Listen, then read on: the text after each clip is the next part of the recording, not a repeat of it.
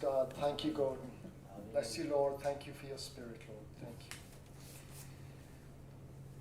So, before I just invite Brother Johnson up, we have the Full Gospel Fellowship that we've been meeting here for a couple of years now. Noel, how long is it? We started here in this place in March, coming 2 years ago. Yeah. Prior to that, we met for 6 months, so we've been meeting 2 years, gone in September. Right. So there's been one particular family who've been very much part of the fellowship, and tonight we just want to remember this family. They've just been bereaved of their grandmother. So if we can just give a word of thanks. So we give thanks for the life of Margaret, Maggie, who passed away this morning. She's mother of Margaret, grandmother of Maeve and Patrick. And Maeve has been just a beautiful person to be here, coming with us so regularly, a young woman, and just her lovely daughter. So we also pray for Emily and Leah. Emily has stolen the hearts of many of the elderly men here. She goes around and she hugs us and she tells us she loves us, and it's been a treasure, special. So Heavenly Father, we just thank you for this family, Lord, and we ask that you would comfort them tonight. In the name of your Son, Jesus. Amen. Amen. So, Brother Johnson, we bless you and thank you for coming all this way. Yep, the floor is yours, the microphone is yours. Thank you. Thank you. Bless you.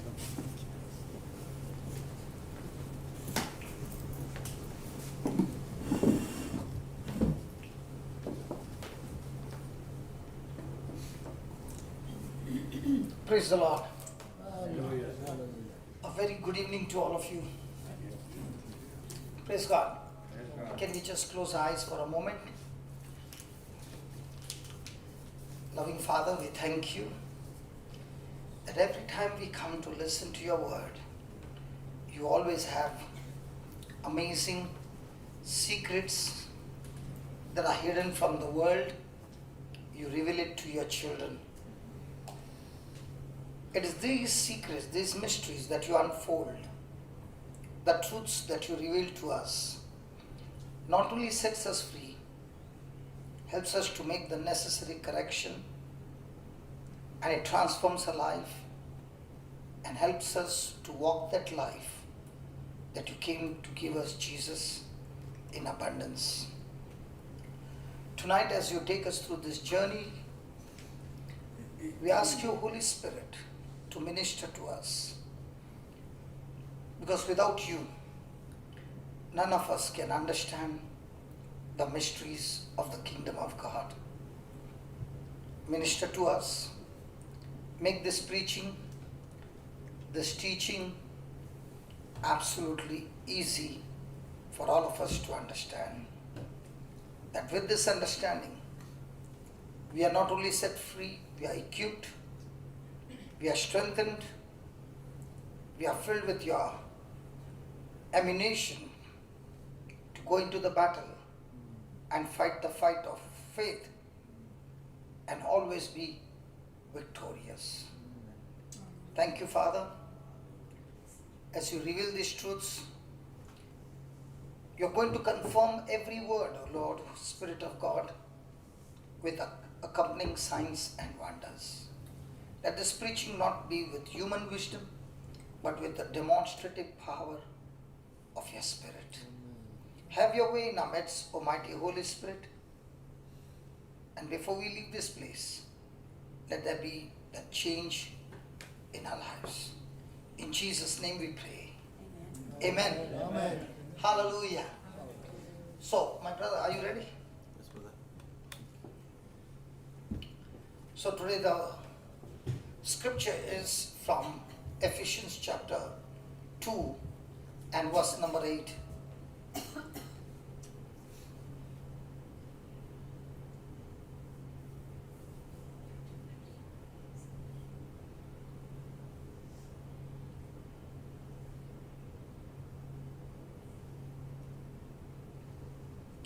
Shall we read it? For by grace you have been saved through faith, and this is not your doing. It is.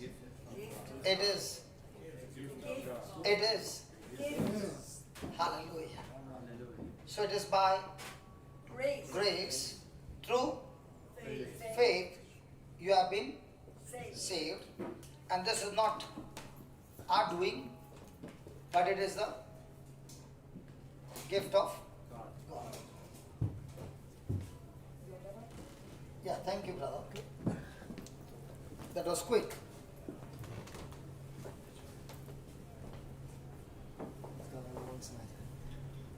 It's okay, it's okay.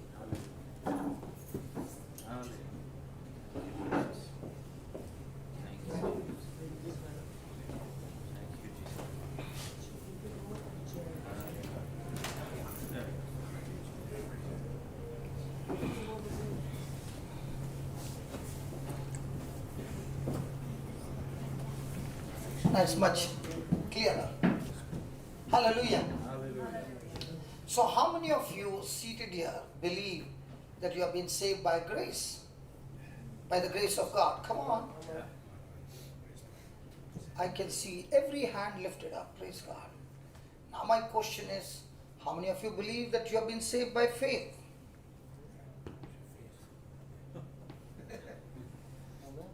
Now you are confused. I am always told that when we came inside we were so calm, but when you start asking questions, your questions make us confused. If a person is saying, I've been saved by grace alone, then every person who is not saved in this world, God is responsible for not saving such a person. But the Bible doesn't say that. The Bible says we have been saved by grace through faith. So grace is something that comes as a gift from God. Have you ever heard the word grace before? Grace? What is grace? Your unmerited favor. Something more deeper? Something more deeper? Because we clearly see, for by grace you have been saved through faith, and this is not your doing. This is not your doing. It is a gift of God.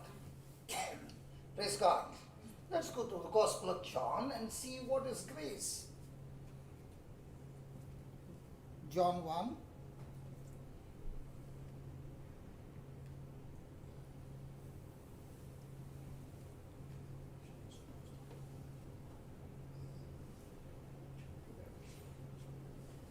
Verse 17.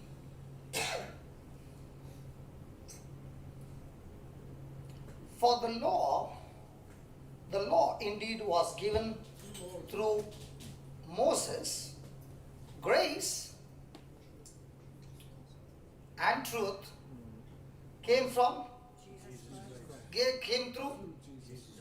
So when the law of Moses was given, God demanded his people to abide by the law to receive blessings. Is that right? And when the person did not keep the law, there was a penalty or a punishment that led that person into condemnation, into death. So, to receive any gift from God, man had to work hard to obey God. Is that right? Can we talk? Yes. Please, can we talk? Yes. So, according to the law of Moses, if you obey, then all these blessings will come on you. If you disobey, then all these curses will come upon you. So, to receive any gift from God, man had to obey the law. But here the Bible says, grace came through? Now you go back, brother, to Ephesians 2.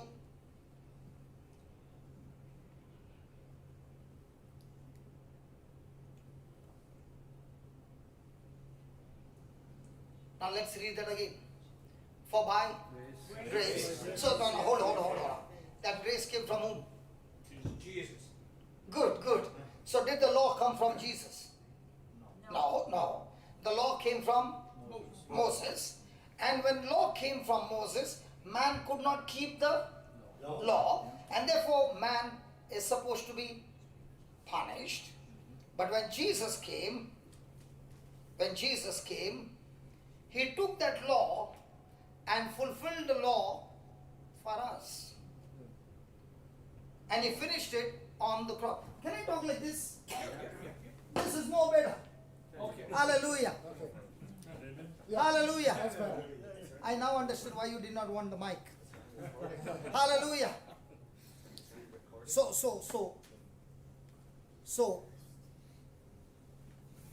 the law demanded that man must obey, and if he doesn't obey, he cannot receive the gift of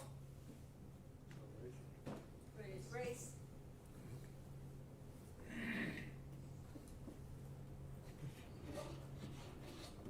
No, let it be. I can turn this. I can turn this. Praise God. All right. Amen. Is that okay? Yeah. Praise God. Okay. Let's come back. Let the distraction go away. Sorry, can I just say that when God, And please be free to ask questions. you know, when Moses saw the burning bush, God spoke and said, I am the God of Abraham, the God of Isaac, and the God of Jacob. And, you know, God had revealed a lot through Abraham, Isaac, and Jacob. And, you know, Sarah, Abraham's wife, she represents really grace, and Abraham represents faith. You know, when they got the balance right, they brought in the Isaac, who is a figure of the Christ, I'm coming there. right? Hallelujah. Okay. Okay. Now, the law brought condemnation to all mankind. So Jesus came on the scene, fulfilled the law, and when he said it is finished, that very moment, every promise that God had given to mankind opened up for mankind as a pure gift from God through Jesus, and that gift is called as grace. So what is the meaning of the word grace? The meaning of the word grace is that God, through the sacrifice of Jesus, is now willing to use His power, His ability on my behalf, even though I don't. Praise God. Just give me Ephesians 1:3.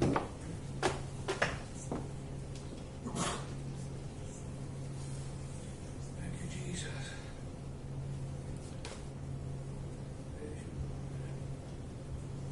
Please read that. Blessed be God and Father of our Lord Jesus Christ, who blessed us in Christ. who has blessed us. He doesn't say who will bless us. He has blessed us with every spiritual blessings in the heavenlies in Christ Jesus. So how many of us truly believe that scripture?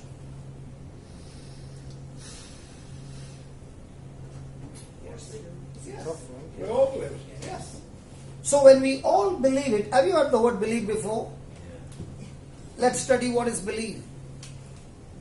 What do you understand by the word believe? You might be saying, why is he asking so many questions? When we understand the answers, then the next moment we see amazing miracles happening in our midst. Because wherever grace and faith comes together, there is always going to be supernatural manifestation. You don't have to sweat for it. it is instant manifestation. And that's what we are going to see tonight. Praise God. Whenever we say the word believe, at once it comes. What do you understand by the word believe? Trust. Trust, yeah. Jesus said, this is working for God, the works of believing in me. Called believing a work almost. Okay, let's put it this way. Every person seated here is believing. Some believe based on the word of God, and some believe based on our senses. How do I know what am I believing? The word believe means when I hear the message, my action corresponds to the message. So this is how the Lord taught me. He said, supposing you had 10 euros and you spent 7 euros on a poor man to help him. How many euros will you have? 3. Now all those who said 3 are the ones who believe but not according to the word. Because according to the word, the person would have said, hey, it means when I spend 7 euros on a poor man, I will have 700. How do you say that? I say that because the mathematics of the kingdom of God and the mathematics of the kingdom of this world is exactly opposite. The word says when you spend 7, it is minus. Jesus says in Luke 6:38, when you give, it shall be given unto you, good measure, pressed down, shaken together, running over, shall men give unto your bosom. So every moment it is a question mark. Am I believing based on my senses? Am I believing based on the word? When a person is believing based on the word, his action will always back up by God's grace. Hallelujah. Hallelujah. Hallelujah. Hallelujah. So God's grace means every promise that God has given us is always in Christ in past tense. You don't find His promises in the future tense. He has finished it. So when a person is relying on grace, he is saying that those promises that God has finished through Jesus, I have received it purely not by my sweat, but by Jesus' sweat. It is given to me as a gift of God. Hallelujah. Hallelujah. Hallelujah. Hallelujah. So what makes a person free? Grace and truth makes a person free. Let me give you an example. If I believe the promise of God which says, all these signs will follow them that believe. Have you heard that? Yeah. In Mark 16. So the first thing he says, in my name they shall cast out demons. When they lay hands on the sick, they shall recover. Now when I'm walking around, I can see my shadow also follows me. In the same way, a person who is operating with grace through faith, everywhere he goes, signs and wonders follow him, not because of his sweating, but because of grace and faith in his life. Now if I believe, then the next question is, do I go around casting out demons? Do I go around preaching the gospel with demonstrative power? Whenever the gospel is preached, there are 3 things that happen. First, the person reads the message. Then he gives the meaning of the message.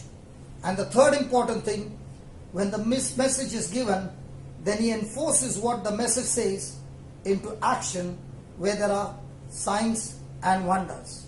If the person did not believe, then he has given the message, given the meaning, but he never opened a gun to fire what the message said about. Are you understanding? Yeah. Hello? A preacher should never close the class without enforcing the word into action. Are you understanding? Yeah. So what is belief? When I believe what the word says,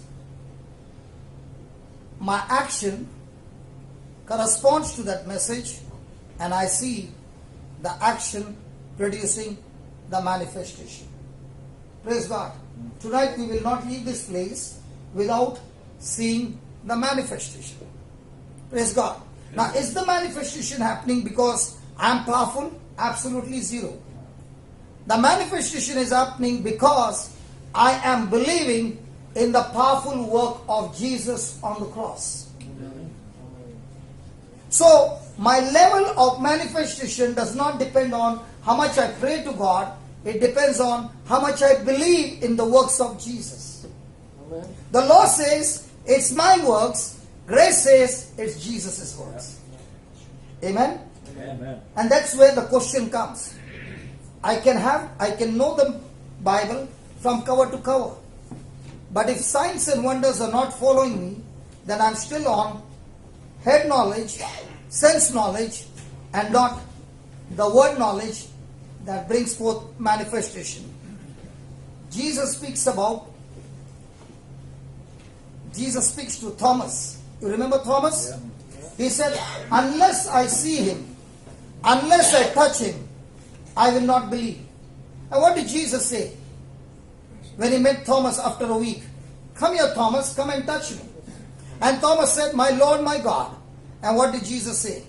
He said, Thomas, you believe me because you have seen me.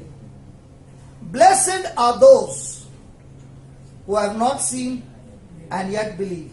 The challenge as a Christian is not how much I believe, what I can sense. The challenge is, I can't see, Lord, but yet I choose to believe.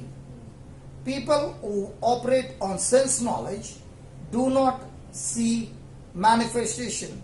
And that's where the frustration begins, because they are saying, I prayed so much, but it did not happen. Whereas the person on the grace and faith, he says, Lord, you said it on the cross that you did this, this, and this. I choose to believe it, Lord, and I have received it as a gift from you. Praise God. Hallelujah. Hallelujah. Hallelujah. Hallelujah. Thank you, Jesus. Thank you, Jesus. Thank you, Jesus. Thank you, Jesus. Why is God giving us this grace? He loves us. Exactly. Because of love, God gives it to us. Do we deserve it? No. So when He has given it to us as a gift and we don't deserve it, what should be our boasting? Is there any boasting? No. There is absolutely zero boasting in Christian life. What we boast is the finished works of Jesus on the cross. Hallelujah. Hallelujah. Hallelujah. So God gives to us everything free through Jesus. We don't deserve it. And what is faith? Faith is when a person makes a choice to believe what God has said, from the seen to the unseen. Our life is governed by what I see. I can believe what I can see, but the challenge is not what I see. The challenge is how much am I willing to believe what I don't see, and yet I'm filled with joy. I'm filled with God's presence because His promise says so. Praise God. Hallelujah. Hallelujah. Thank you, Jesus. Thank you, Jesus. So let us go to Romans chapter 4 and verse number 16.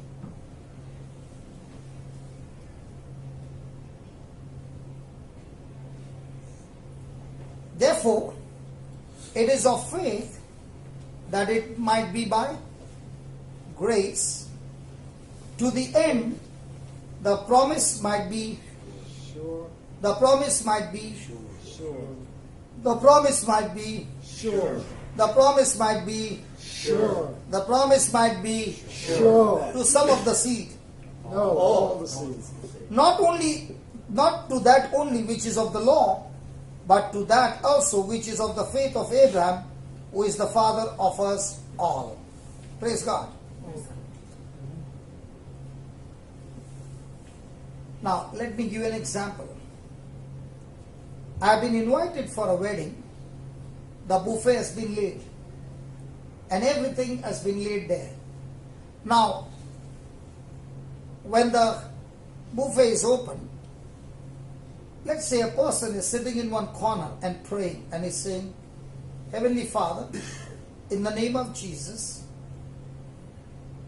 I speak, let the plate be full of food and let the food plate come to me in Jesus' name. And he's going on praying and praying and praying. Will that plate come to him? I'm asking you. No. So what is faith? Faith is when the person gets up from his seat, goes to the table and takes whatever he wants with whatever quantity and how many times he wants is your faith. So can a person operate in faith where it is not covered by grace? Let's say he has got all Irish food and I'm an Indian and I'm looking for Indian food. Can I get the Indian food on the table? No. So can I exercise my faith for Indian food? It's not covered. So I can only take what's laid on the table. In the same way, before I start believing or responding in faith, I must first check whether it's covered by grace. So before I have a situation, a bad situation, and I'm looking for a solution, I must first check, is this situation covered under a promise of God? Praise God. Hallelujah. Hallelujah. Once I have the promise of God, that means I have God's assurance, God's guarantee regarding that situation. Now when a person is responding to that grace, it becomes his faith. Example, when my life was in the clubs, my life was in gang fights and all those things, and then in depression, and when the Lord, when I encountered Jesus and my journey began, for the first time in my life, I began to read the Bible. And when I began to read the Bible, I came to a place where in Mark 16, the Word of God says, these signs will follow them that believe. In my name they shall cast out demons. And I stopped and I looked at that scripture and began to cry. And I said, God, if this is true, why is it that I don't see this in the church? And I said, if you can teach me, I am willing to learn from you how to cast out demons. When they lay hands on the sick, they shall recover. And my journey began, and the very next day, they gave us an information that this lady is demon possessed. So I was all excited. Praise God. So I went with another person, never cast out demon in my life, and we went there and we began to pray. And we began to pray. The lady kept on running and running and running and running. And we got tired and we came back home. And that's the time I began to ask God, what went wrong? We were praying desperately to release her and nothing happened. And he said, take the 4 Gospels and search for every scripture where Jesus is casting out demons. I wrote everything, and after 2 days, got ready. And I said, Lord, this time, I'm going again.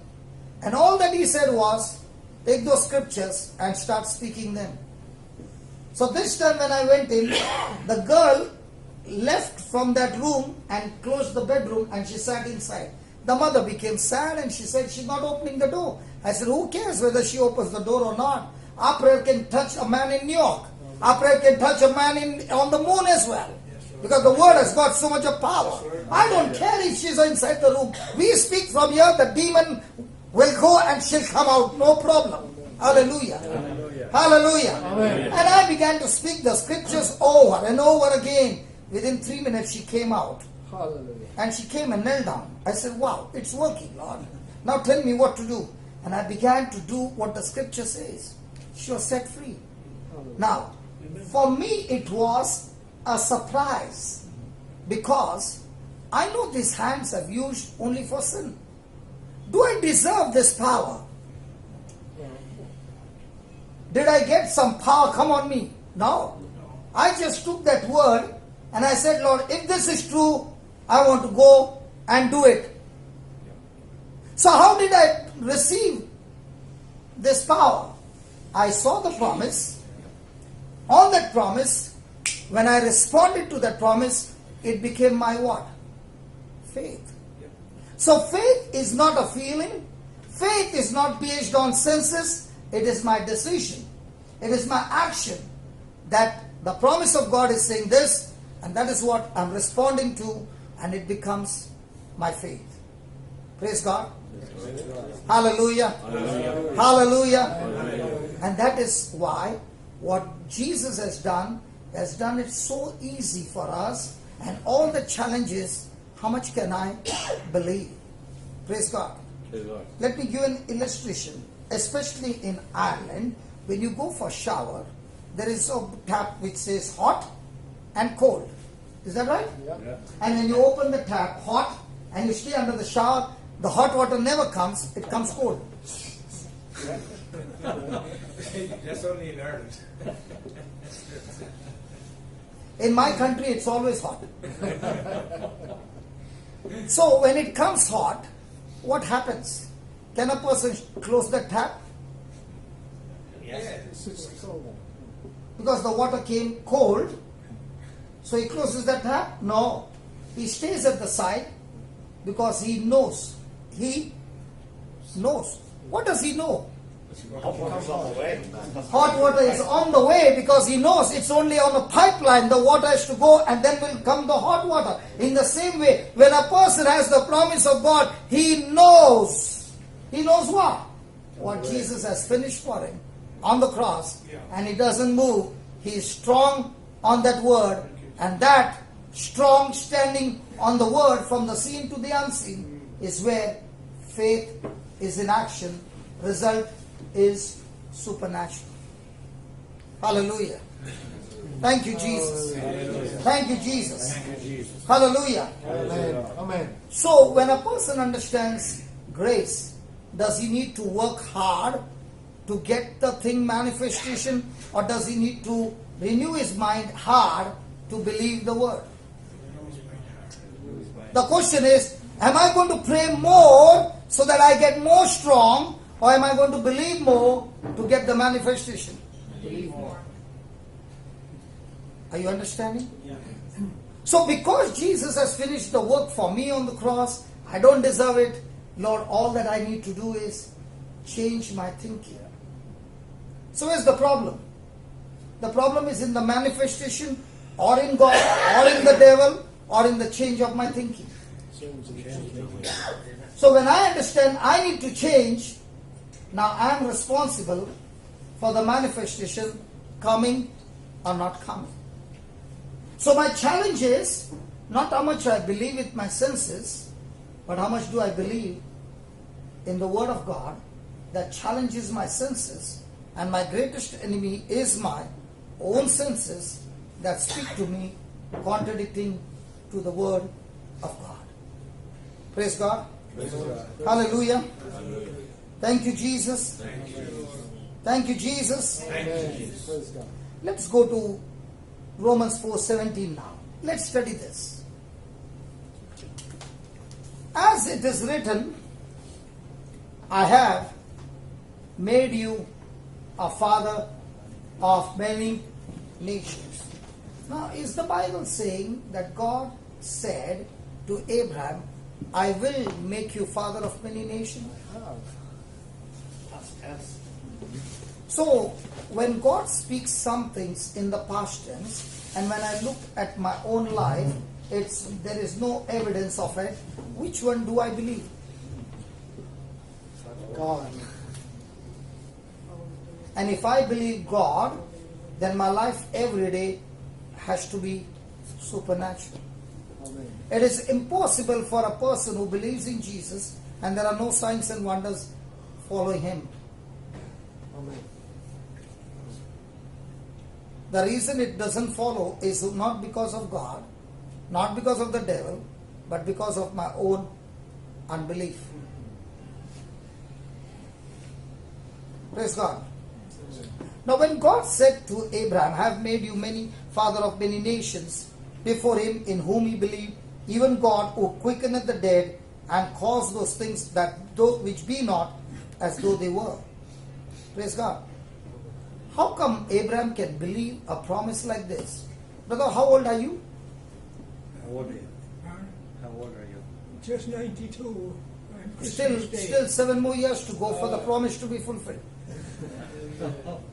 Imagine you are 99 and your wife is how old? My 92 as well. She's 92 also. She's 92 also. So she's gone past the age. Yeah.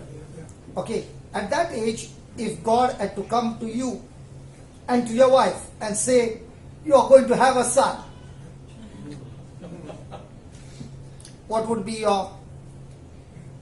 Hold the other leg. No, impossible. Impossible. Now, how does God make things possible to a person who is going through impossible things? Let's learn that, how grace and faith will work practically in our life. Let's go to Genesis 15.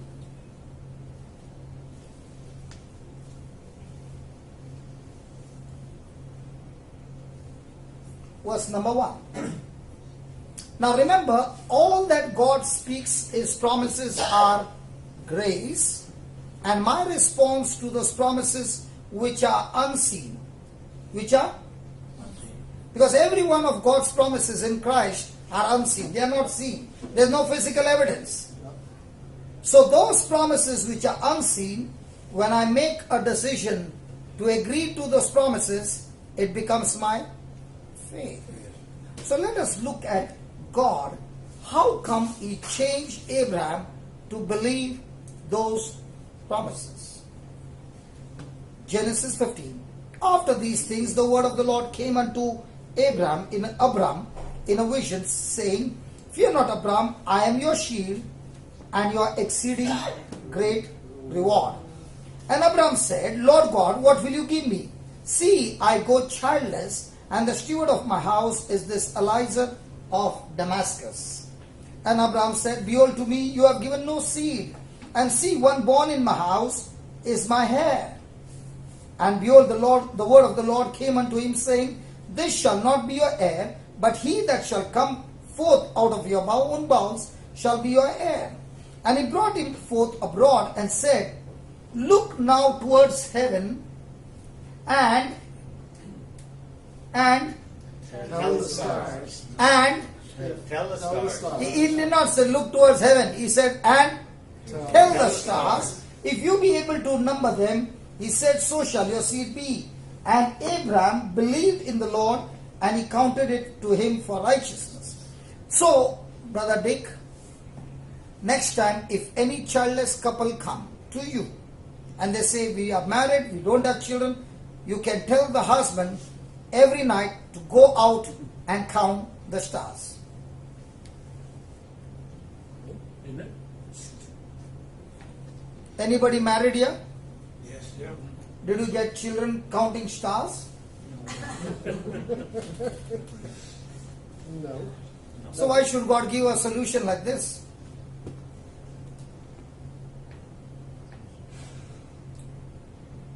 Hello? If they come and believe, Sorry? His faith was going to be blessed. No, why should God tell him to count the stars? What has stars got to do? Because that's how many children he would have. Descendants. So he could have said, look at the stars, why count them? What, are you able to count stars, my brother? No. No. Impossible. It's like the grains of sand on the sea shore. Couldn't count We are them. coming there. Let's first finish with this. We are coming there. The question is, why should God ask him to count the stars? The reason is in verse number 2. Let's look at the verse number 2. Let's read it together. And Abraham said, Lord God, what will you give me, seeing I go Child. I go. Child. So what is Abraham believing? Child for child. He's believing he wanted children. He is believing his inability to bring children into this world. So what has he called himself? Childless. So what is his imagination? Faith can never work where there is no hope.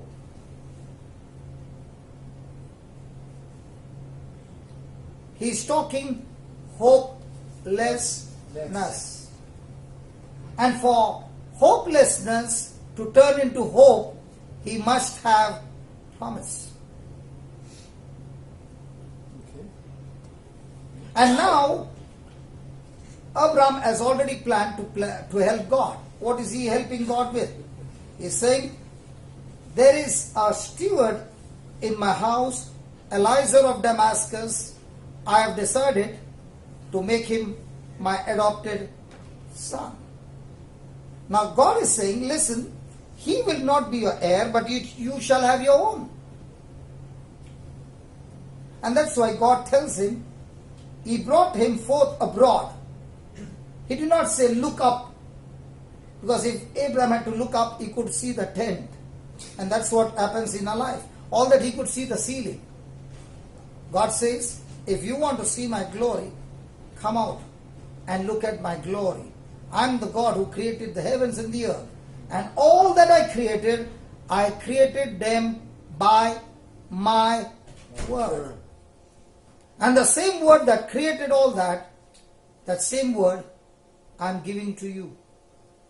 You will have a son of your own.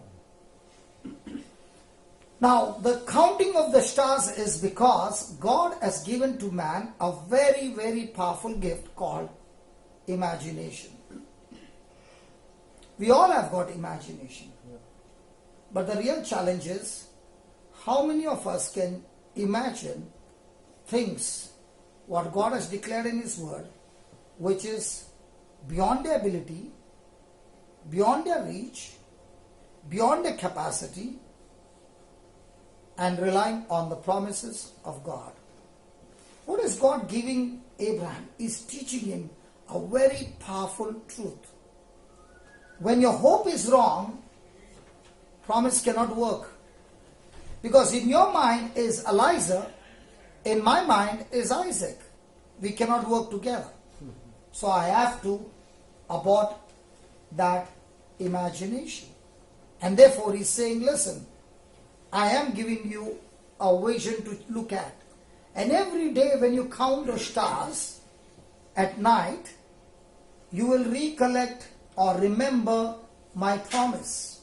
When a person remembers the word of God over and over and over and over again, faith comes by hearing and hearing The word of God.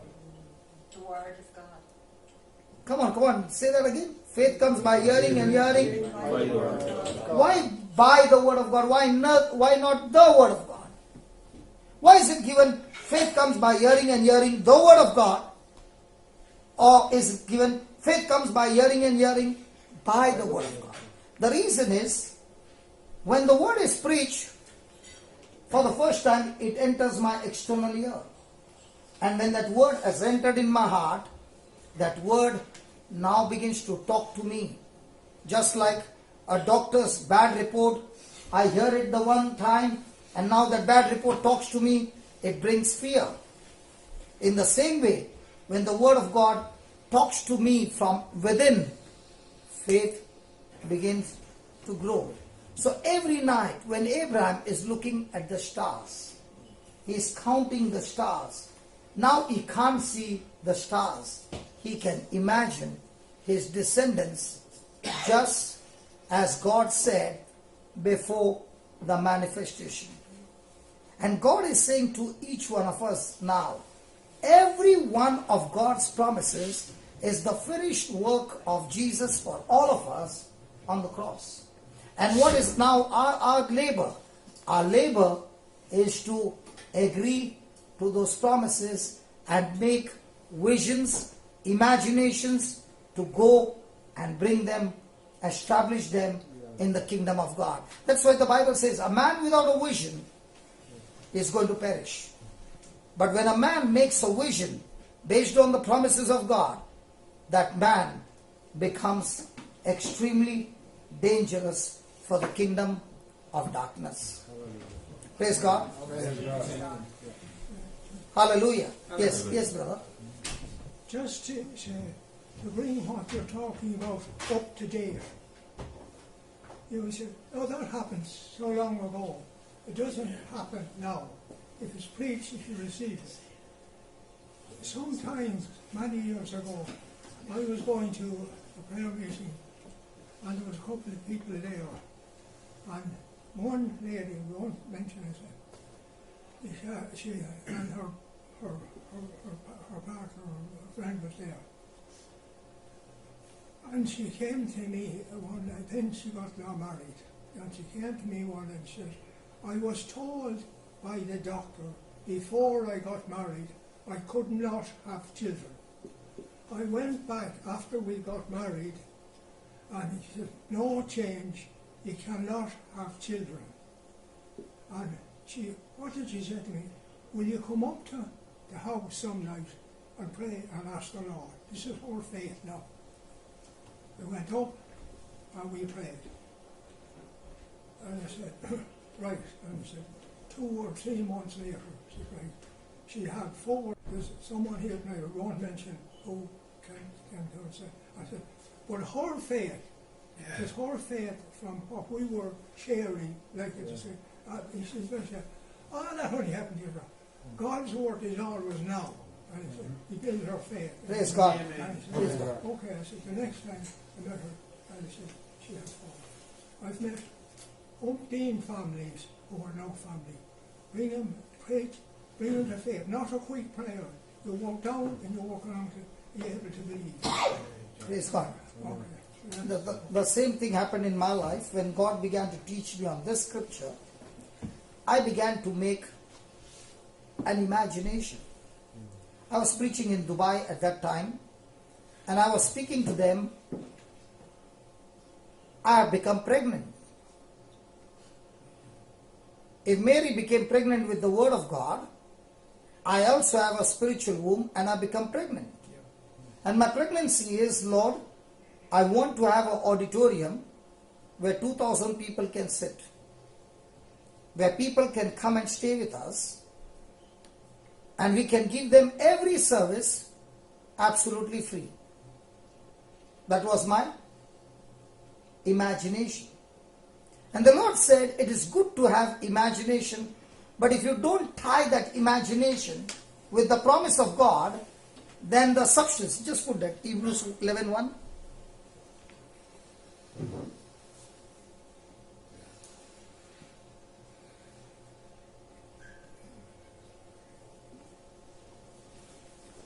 This substance, Substance of things hoped for. it is an invisible substance which is stored in the promise of God. And this hope is what God is telling Abraham, count the stars. So God is saying, so many shall be your descendants. But along with that, He gives him promise. So what is the promise doing? The promise or the word of God has got a substance called faith. Hope does not have the substance. Hope is the mold. For example, you are sitting on a chair. Might be it is made of plastic. So the plastic is the substance. The shape of the chair is the mold. So God is giving Abraham a mold to think. And is giving him the substance called faith, which is the promise of God. And God began to teach me this. And He said, now how do you put it into your practice every day? Give me Romans 10:8. And very important, the evidence of things not seen. So when you are operating in faith, one thing is sure, you have nothing physical in your favor. Praise God. Just put it. But what said it? The word is near you, even in your mouth and in your, not in your mind. Not in your mind. Every time God speaks about believing, He never speaks, believe in your mind. He always says, believe in your heart. And he began to teach me the difference between believe in the mind and believe in the heart. You have got a Bible there. Is that right, Bible? You got a Bible there? Yeah. Can you feel it? Yeah. Is it a book? Yes. Can you see the alphabets? I can see letters. Yes. Yes. Can you feel the page? Yes. Now all that you said was through your mind. Okay. And now let me tell you what's from the heart. John 1:14 says, the word was made flesh.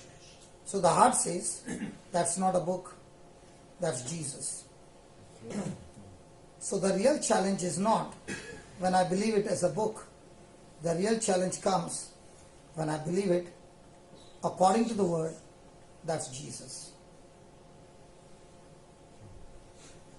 And that's why every time God speaks about, He speaks about believing in the heart. He never says, when He said, speak to the mountain, be lifted up and thrown into the sea, and does not doubt in his heart. He never said, does not doubt in his mind. Because my five senses are connected to my mind.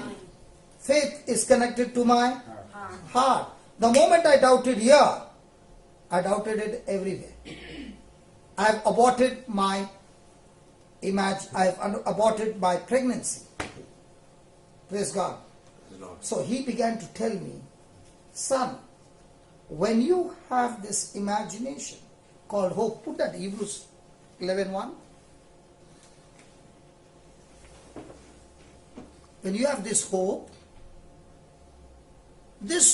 has to be tied up with many, many scriptures or promises, so that every promise will release a substance called faith. And he showed me, give me Ephesians 3:20.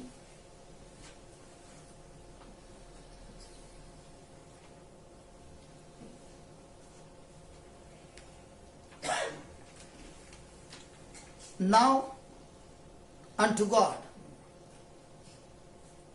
that is able to do exceedingly, abundantly, far more than I can think, ask, or imagine, through the power. He doesn't say it's in heaven, he's saying it's in us. And that power is a power of love. The greatest power in the universe is love. Amen. And this love has been poured into a heart by the power of the Holy Spirit. The challenge is, in the whole day, am I having love or am I having bitterness? If I have got bitterness, I have blown up the pregnancy. So the devil's strategy to destroy all that God has planned for my life is to bring me into strife. And the real challenge is, no matter what happens, Lord, I'm going to operate in your one-sided, selfless love.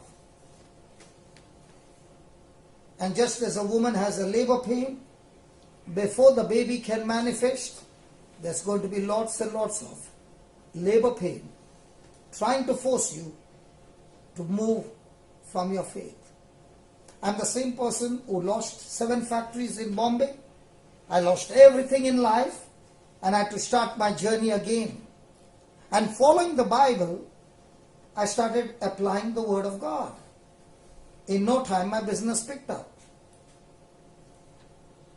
And it went on, and the same scriptures helped me to build up that house, which can house 2,000 people, 700 people can stay, and all that without even once using the pulpit to take a love offering or a collection for 23 years. Because for me, that Luke 6:38 pays all my bills. And I can challenge in any country where I go, never taken a love offering for the last 23 years. How does it work? It works through faith. Because you are no longer using a human power, you are using the faith power. Hallelujah. Hallelujah. Thank you, Jesus. Thank you, Jesus. Praise the Lord. Praise the Lord. Now let me show you what happens when a person is better in his Christian life. James chapter 3.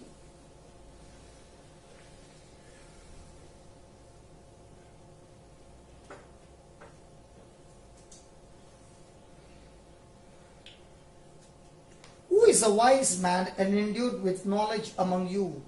Let him show out of a good conversation his works with meekness of wisdom.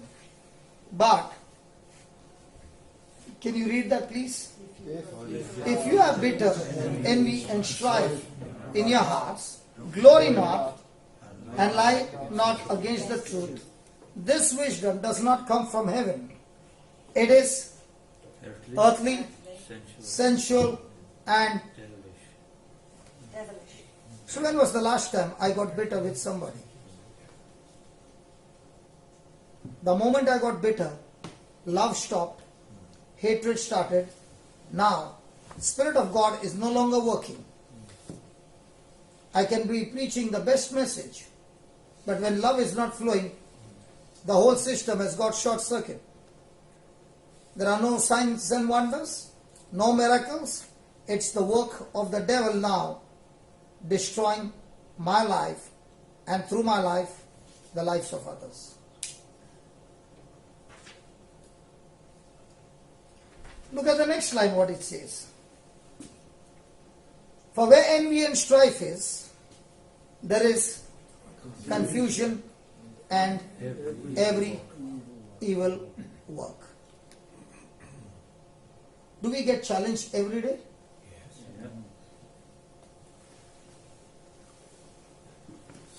Praise God.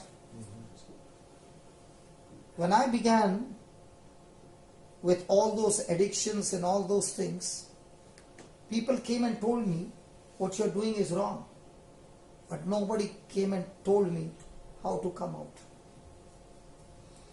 Till I encountered Jesus and I got into a different addiction. I would spend hours and hours with the Bible. And I found that the more and more I ate the Word of God day and night, the grip of the devil began to go out of my life. A person who is to be a psychiatric patient is standing before you and talking to you. A man who could not take bath with the door closed. A man who would lose his mind, take a knife and chase his wife to kill her. A man who's totally gone case. But this word changed my life. Hallelujah. This word got me out of the street and made me stand once again. Provided me everything and took me on a journey of prosperity. It's been 23 years. Who brought When you I'm- to the Word? Who led you to the Word? Who gave you the Word? I mean, if you could pick a knife up to run and kill your wife, how could you pick up a Bible and read the Word of God? Okay. Someone must have preached to you. Okay. Let me tell you. I did not come to church. I was brought to church. I had nothing to do with church. When I was brought to church, I did not know my name. I could not recognize my wife, my children. Depression had taken so much that I was supposed to be given electric shocks. And when I was brought to church, the priest was celebrating Eucharist, praise and worship, Divine Mercy prayer, and this priest was preaching for 1.5 hours and then laying hands. In those days, my head used to go this way. Continuously. And when the mass was over and he laid hands, his preaching touched my wife And he said to my wife, take him home, he's completely set free. Praise the Lord. And when I was going home, nothing had changed. My wife saw the symptom was the same. Oh, you believe. I could not believe because I was not in my senses. He said, your husband is set free.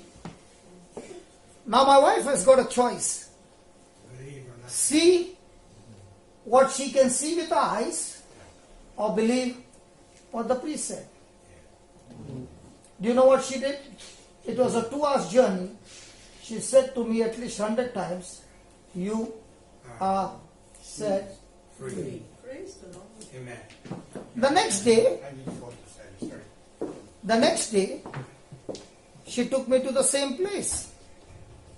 And the same thing. The third day, the same thing. The fourth day, the same thing. But from the second day, even my children started saying, Dad, you are completely set free. I must have heard that word, completely set free, nothing less than 400 times, 500 times. But on the 5th day, early morning, I called out her name. She quickly brought the children and said, who are these? I said, these are our children. And then she asked me, what are their names? Then she asked me, what is your name? And from then on, my journey began. Hallelujah.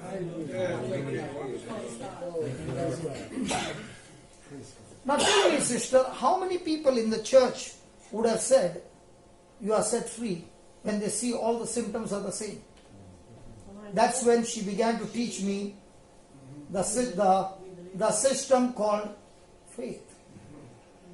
Now when a person is weak, extremely weak, won't we pray to God? Come on, talk to me. Yes. Won't we ask God to make us strong? Yes. To give us strength? Yes. Bible says, no, don't do that. You are strong. Thank you, Brother John. Because there are many things we do which are not Bible systems. This bulb is good. But if I take the bulb out and put my finger, the same power which is supposed to work for me will kill me. In the same way, when I do not follow the system that the Lord has spoken in His Word, now the same thing can kill me. Aren't we singing that song, brother? Give thanks with a grateful heart. And aren't we singing that song? And now let the weak say, I am strong. then why are you praying to God and saying, make me strong? Because Joel 3:10 says, let the weak say, I am strong. So how are you supposed to say? How are you supposed to pray? Say, I am positive. I am strong. When I'm saying I'm strong, do I have physical evidence? No. So what's my evidence? My evidence is the Word of God, who said, you say that you are strong, and I will make you strong. I thank God for the priest who taught my wife the system called faith. He said, even though the physical evidence is there, you believe the promise of God. Which one do we believe in our everyday life? When we believe in our everyday life, the promise of God, our life cannot be natural. You know, when people look at me, they say he's not even capable. I also know I'm not capable. I don't deserve it. And the good news is, grace is only given to those who don't deserve it. Praise God. Praise God. Hallelujah. Hallelujah. If you think you are qualified, you cannot use grace. Amen. When you say, Lord, I'm not qualified, but I receive your grace by faith, wow, everything begins to work for me. Praise God. Praise God. Hallelujah. Thank you, Jesus. Now, let's go back and see what was the secret why Abraham believed that God gives life to the dead. How can Abraham believe a promise like this, that I have made you father of many nations? What is the secret? There has to be a secret that Abraham can believe such a promise. Can somebody tell me? Even God who quickeneth the dead and calleth those things which be not as though they were. It's God who can raise the dead and call new things into being. Call Okay. things into being that are not. Who against hope believed in hope. Supernatural hope.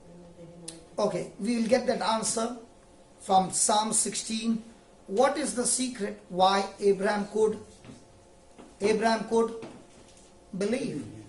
And if we find that secret, how Abraham could believe, then we also can. Hello? Can we talk? Yeah. Come on, let's be free. Come on, let's talk. Yeah. Give me the 11th verse.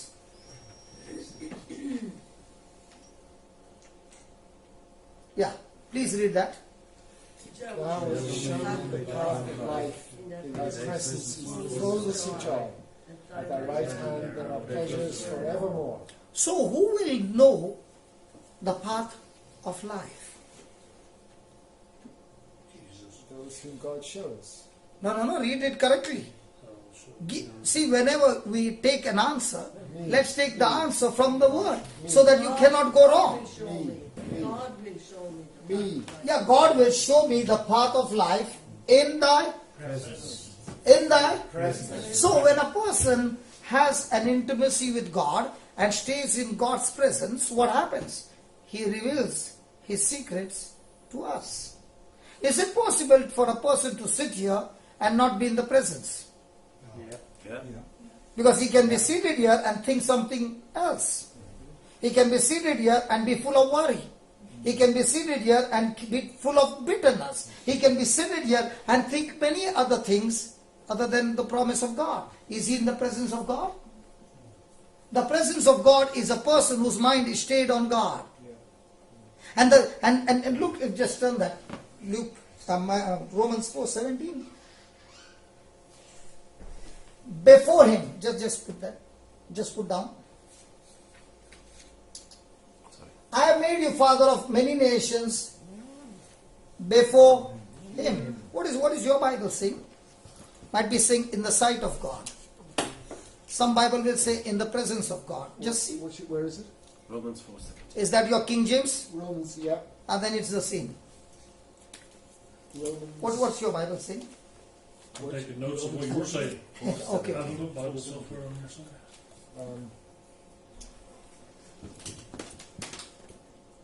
As it is written, I have made you a father of many nations, in the presence of him who... In the presence, okay. Okay.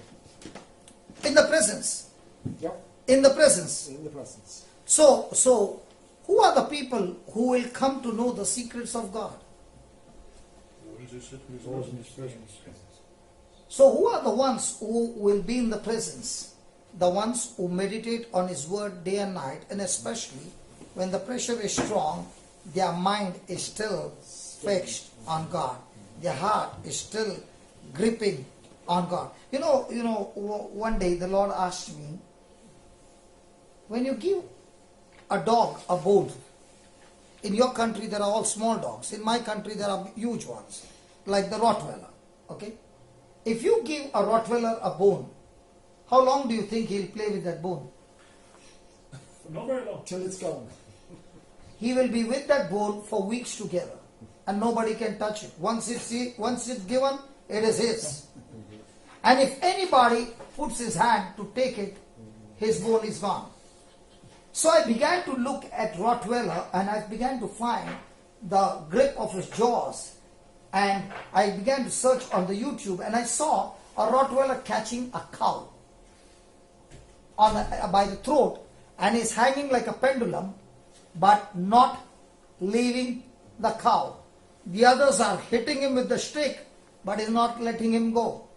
And the Lord said, the day your faith becomes like a Rottweiler's jaws, that's when you are in my presence.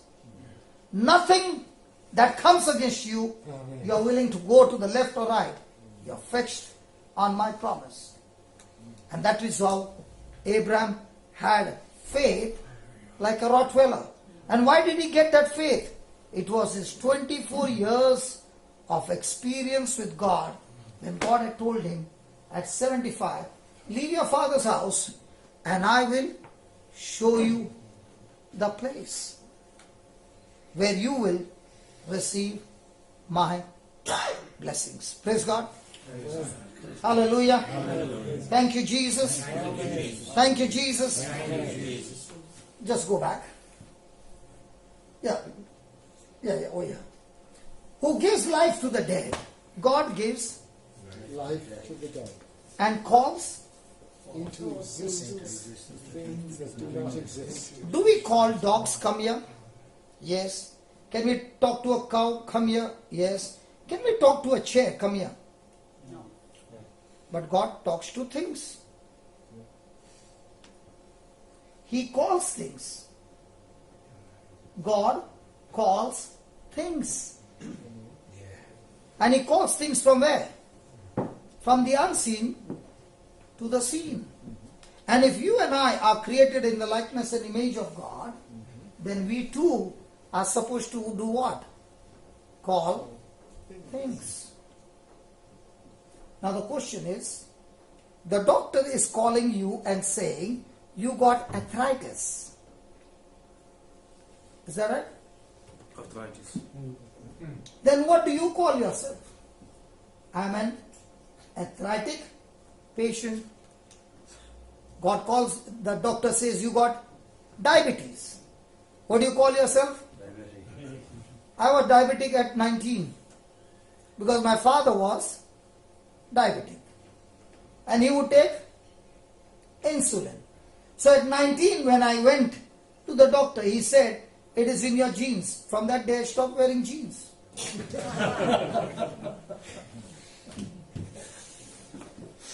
What did he mean? It's genetic and it's going to be in your body all your life. So up to the age of 33 I believed him. But when I came to the word in 1 Peter 1:23, it says you are born anew, not of a corruptible seed, but of that incorruptible seed, the abiding word of God. So the Lord said, you were born from your mother's womb. And from your mother's womb came the diabetes from your father. But now you're no longer born from your mother's womb. You're born from the Heavenly Father's womb. And the Heavenly Father has no diabetes. So I began to meditate on that word and killed the diabetes. And I'm no longer a diabetic. And in this 23 years, I've taken medicine only 6 times in my life. Hallelujah. Praise God. Why I'm saying these words? Because that's what the Bible says. It's not that there is no fight coming, though no sickness coming, but we fight with faith and terminate it and kill it right from the root. Praise God. Praise God. So, do we call things? What was Abraham doing? He was calling things. How was he calling things? The first thing, God changed his name to Abraham. What does that mean? It means father of many nations. God changed Sarah's name from Sarai, mother of many nations. God showed him the sand. Now, have you ever experienced a small piece of stone getting into your shoe? Yeah. Is it irritating? Yeah. Until you get it out, it will continue to irritate you. Yeah. Now I want you to understand that Abraham was in a desert. Every day he walked, that sand touched his skin. What was that sand doing? Reminding him the promise of God. What was the star doing? Reminding the promise of God. What was his wife doing? Reminding him the promise of God. When people called him, what was he remembering? The promise of God.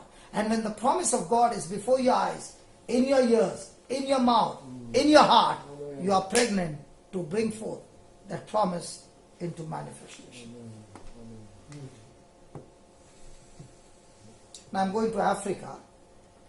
God is my witness. When I was just 3 months old in the Lord, I would look into the mirror and I would say, All you people out there, can you hear me? Looking into the mirror. And I would say, Lord, today you have brought such a huge crowd and I'm so blessed. Now when I'm going to Uganda in January, I'm expecting 100,000 people. Amen. What imagination, what pregnancy was done, it has come to pass. And it's not easy. The place I'm going to is a war zone. There's no much of electric power, no much of water. So you drink water from the stream.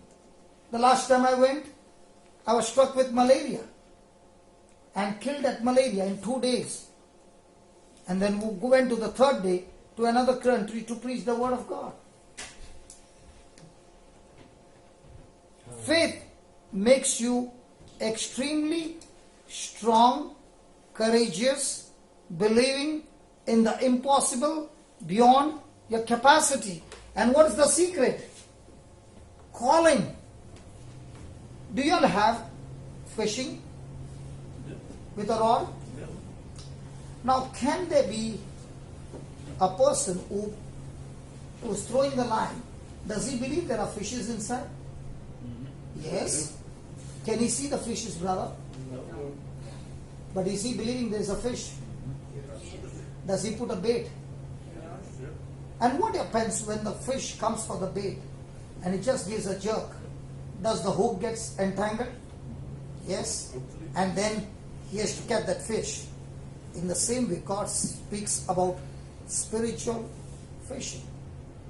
The whole currency of heaven, just like the currency of Ireland is euro, in the same way the currency of heaven is love. God is love never fails. So if I am operating in love, can I fail? No. So love is my fishing rod. The promise of God is my line. Praise God. The hook is my faith. Praise God. Hallelujah. Do I need to put the bait? That is my confidence. And when I throw it is the word. A promise of God without confidence produces nothing.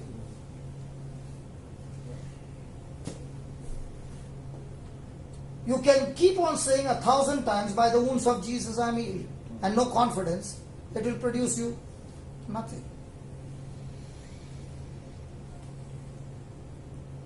Hallelujah. Hallelujah. Thank you, Jesus. Thank you, Jesus.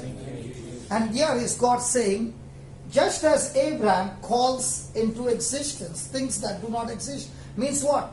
I am supposed to use my faith and call from the unseen world things from the seen world. About when I came the last time to Ireland, somebody sent me a video of a pastor who went to Pakistan, and millions of Muslims are gathered there. And God gave him a vision and said 6 months before this trip that just as you believe that I've created the body and there is a car, and when the car gets spoiled, the manufacturing company also manufactures spare parts. Is that right? Come on. And they don't change the car, they repair the car by putting new spares. And he said, if you can believe that in the spiritual realm, for every body, I have created spare parts. And he said, just like Abraham believed that God calls things, I want you to call the spare parts to get repaired new. And that's what we saw yesterday. Was it yesterday in Munkai? Yes. Not yesterday, day before yesterday. Wednesday. On Wednesday. Wednesday. On Wednesday. That man with the oxygen cylinder, in 3 minutes, he got brand new lungs. How am I so confident? I'm confident not based on, because he said. In that, I saw him doing amazing healings, and I said, wow, Lord, I never knew that there are spare parts. Thank you for this prophecy that you gave to this man. Now I know a scripture, Hebrews 1:14, that the angels are given to us to serve us and bring forth our salvation, so they are supposed to bring us spare parts. So the last time when I came to Ireland, I met a girl who had been operated 7 times in a leg. And she cannot walk. And I said to her, I am going to call the angels. And I explained to her. And after explaining, I said, you will not see the angels, but you will see the angels do the surgery for you. Are you willing to believe? The videos are all there on the YouTube. And she said, yes. So as she closed her eyes, I said, now the angels are coming and they are bringing brand new knees for you. By the time we finished, I said, can you remove all your, they have that, what do you call it? Cast. She removed all of that. And now I said, can you move your leg? She not only moved, she began to jump and she began to walk around. The lady is sitting behind. How old were you when you met with an accident? 8. 38 years she has been given up because her 2 discs are beyond repair. So every day with painkillers, can't bend. And I met her for the first time on that day. And I said, do you want a repair or a new disc? Why am I saying new disc? Because if God calls things from the invisible to the visible, I am created in the likeness and image of God. And Jesus said, John 14:12, the very things that I did, you will do also, and greater things than that. She got brand new disc. Hallelujah. Amen. Can we give the Lord a big hand?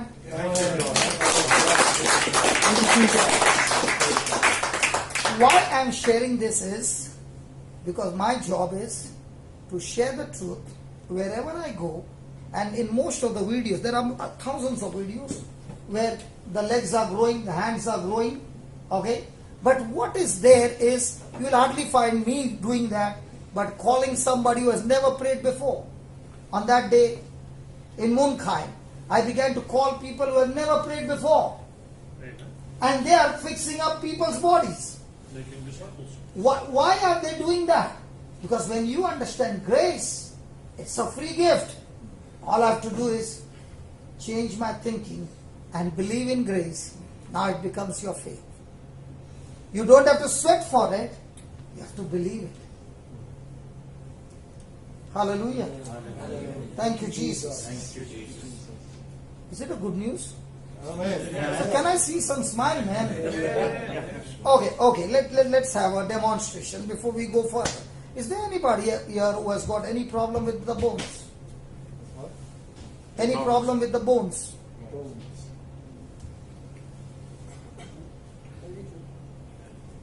Little. Any Even problem if with the bone? It's crooked, arthritis. it's the bone is damaged, anything to do with the bones. Disc. And disc, Oh, well, I please, had come. trouble at sciatic. Come. Don't get up and sit down and get up and sit down. Yeah, come. Yeah, well, I broke this arm Wow. a few years ago. Wow. And, so I can't lift anything much with it, or So do you want a repair or a brand new bone? a brand new bone. Come on, stand here. Good.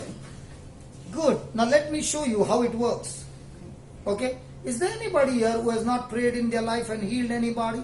Brother, can I call you? The brother who behind. Do you heal people? No. Can you come here? How would you like to repair? Not repair. She said new bone, right? New bone. She wants a new bone. So I'm going to teach you how to do it. Is that okay? That's fine. Praise God. Now, just give me Hebrews 1:14. Yeah. And listen, you are on the camera. Is that okay? That's fine. That's fine. Good. Praise God. Now, can you just step out here and we will see that and then we will do the healing. Hebrews 1:14. I want you to look over there. Just look over there. Are not all angels spirits in the divine service sent to serve for the sake of those who are to inherit? Salvation. Are you supposed to inherit or are you supposed to earn? Inherit. So is it given to you because you belong to the family? inheritance come to the children who belong to the family. Yeah. So are you in the family of God? Yes. Adopted through Jesus. Yes. So you are adopted children of God. Yes. So it is your inheritance. Yes. And the angels are your servants. Yes. They are in divine service. Yes. Now let's see how to get these angels into action. Okay, Psalms 103 verse 20.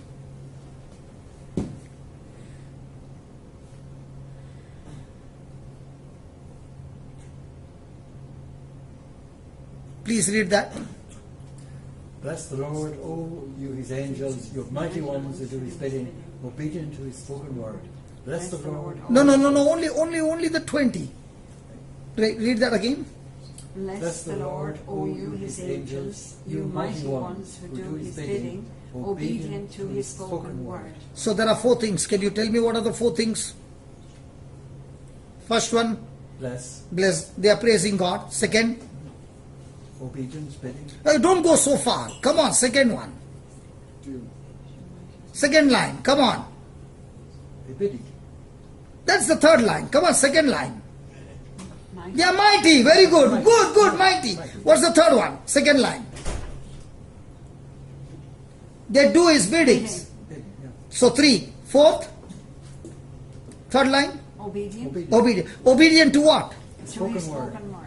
So what you see on the screen is a written word or a spoken word? It's a written word. It's written word, yeah.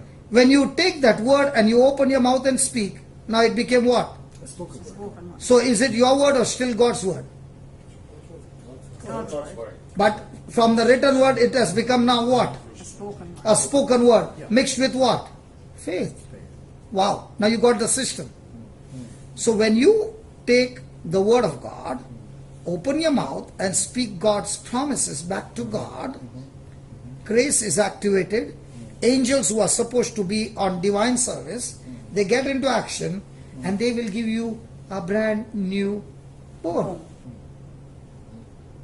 So shall we do it? Is it easy? Very. It is very easy when you understand. When you don't understand, it doesn't work. And that's why Bible says, my people are not destroyed by the devil, but my people are destroyed because of lack of knowledge or wrong knowledge or ignorance. Praise God. Okay. Now he is going to speak, you are going to hear, and you are going to use your imagination, because now God is able to do exceedingly abundantly far more you can think, Or imagine. ask or imagine, to the power at work within you. What is the power at work? Love. God is. Love. So before we start praying, we will have to cancel if there is any bitterness, so that now the connection is right. Is that okay? Ready? Ready, brother? Okay, close your eyes, hold a hand, and let's start. Say this: Lord Jesus, Lord Jesus, I thank you so much I thank you so much for teaching me your word. for teaching me your word. Lord, Lord, your word is full of grace the word is full of grace and truth and truth that sets people free. that sets people free. I choose to agree I choose to agree to your word. to your word.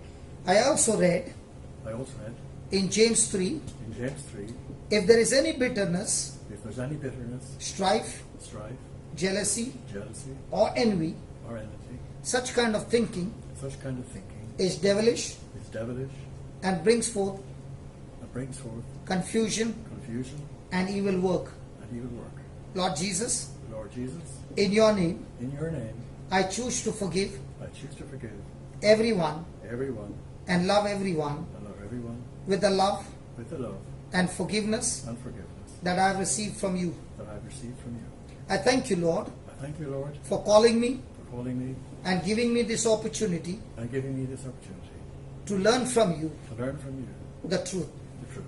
So now, So now, believing in the angels, believing in the angels, according to the word, according to the word, I speak to the angels, I speak to the angels, the written word, the written word, from my heart, from my heart, that is the spoken word now. that is the spoken word now. Angels, Angels, go forth go forth and bring forth and bring forth salvation. salvation. That includes healing, That includes healing, perfect healing, perfect healing, So whatever is damaged in arm, So whatever is damaged in the arm, let that bone let that bone be completely replaced, be completely replaced, not repaired, not repaired, but completely made new but completely made new, according to the Word of God. according to the Word of God. Lord Jesus, Lord Jesus, I thank you for giving me this promise. I thank you for giving me this promise. The very thing that you did, The very thing that you did, I am able to do. I'm able to do Much more than that, much more than that, because I believe in you. because I believe in you. So I believe, So I believe, not with my senses, with my senses, but with the truth. with the truth, The angels the angels have performed the surgery. have performed surgery. The bone is made new. The bone is made new, And this sister, and this sister, filled with the Holy Spirit now, filled with the Holy Spirit now, is experiencing is experiencing the surgery, the surgery, painless surgery, painless surgery, without any stitches, without any stitches, a complete recovery, a complete recovery, a restoration, restoration, inner bones, inner bones, inner muscles, inner muscles, inner nerves, inner nerves, in every area of our life. in every area of our life. Thank you, Lord, Thank you, Lord, for this creative miracle. for this creative miracle. In Jesus' name. In Jesus' name, Amen. amen. It is finished. Now, use your arm and do something that you could not do. I'm lifting, I need something. Can you lift me up? That might be a bit too much. Yeah. That will go here.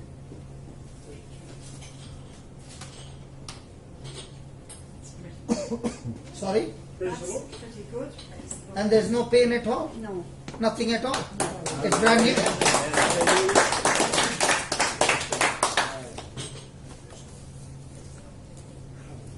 Can you explain to me, there was something happening at that time when you was praying.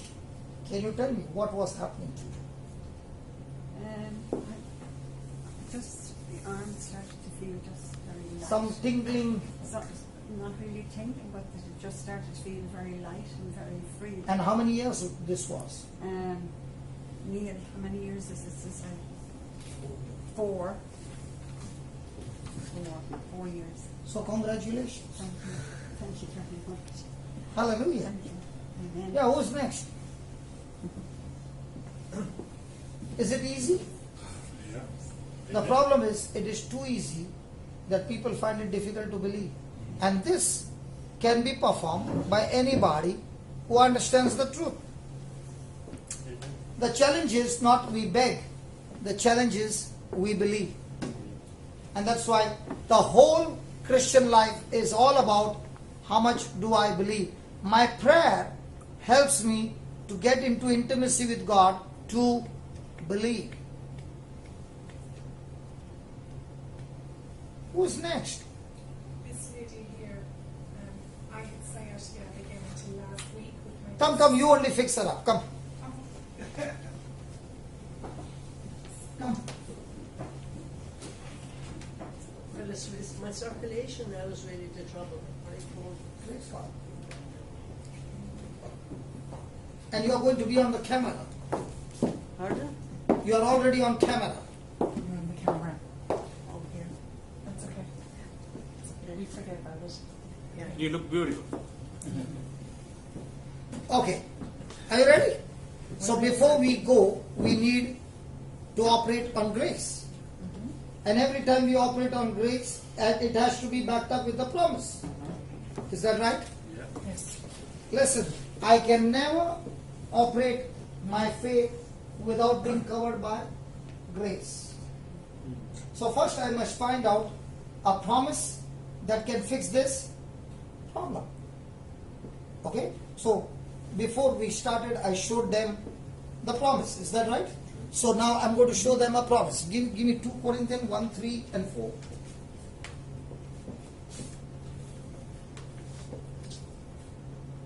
Yeah, read it. No, change that word consolation. This is more better. Comfort is more better. Come on.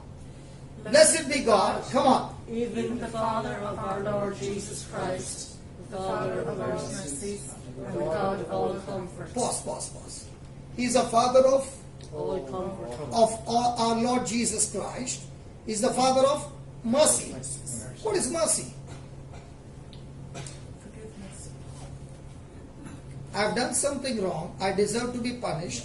Because God is merciful, He cancels my punishment, His mercy. So God is a God of Mercy. Have you done anything wrong? Yeah. No? Who's that? You've all done wrong. Now somebody will say, I'm not doing wrong when it comes to anything that is sinful.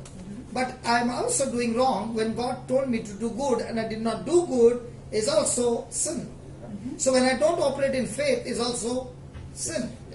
So we all need mercy, and thank God God's mercy are new each morning.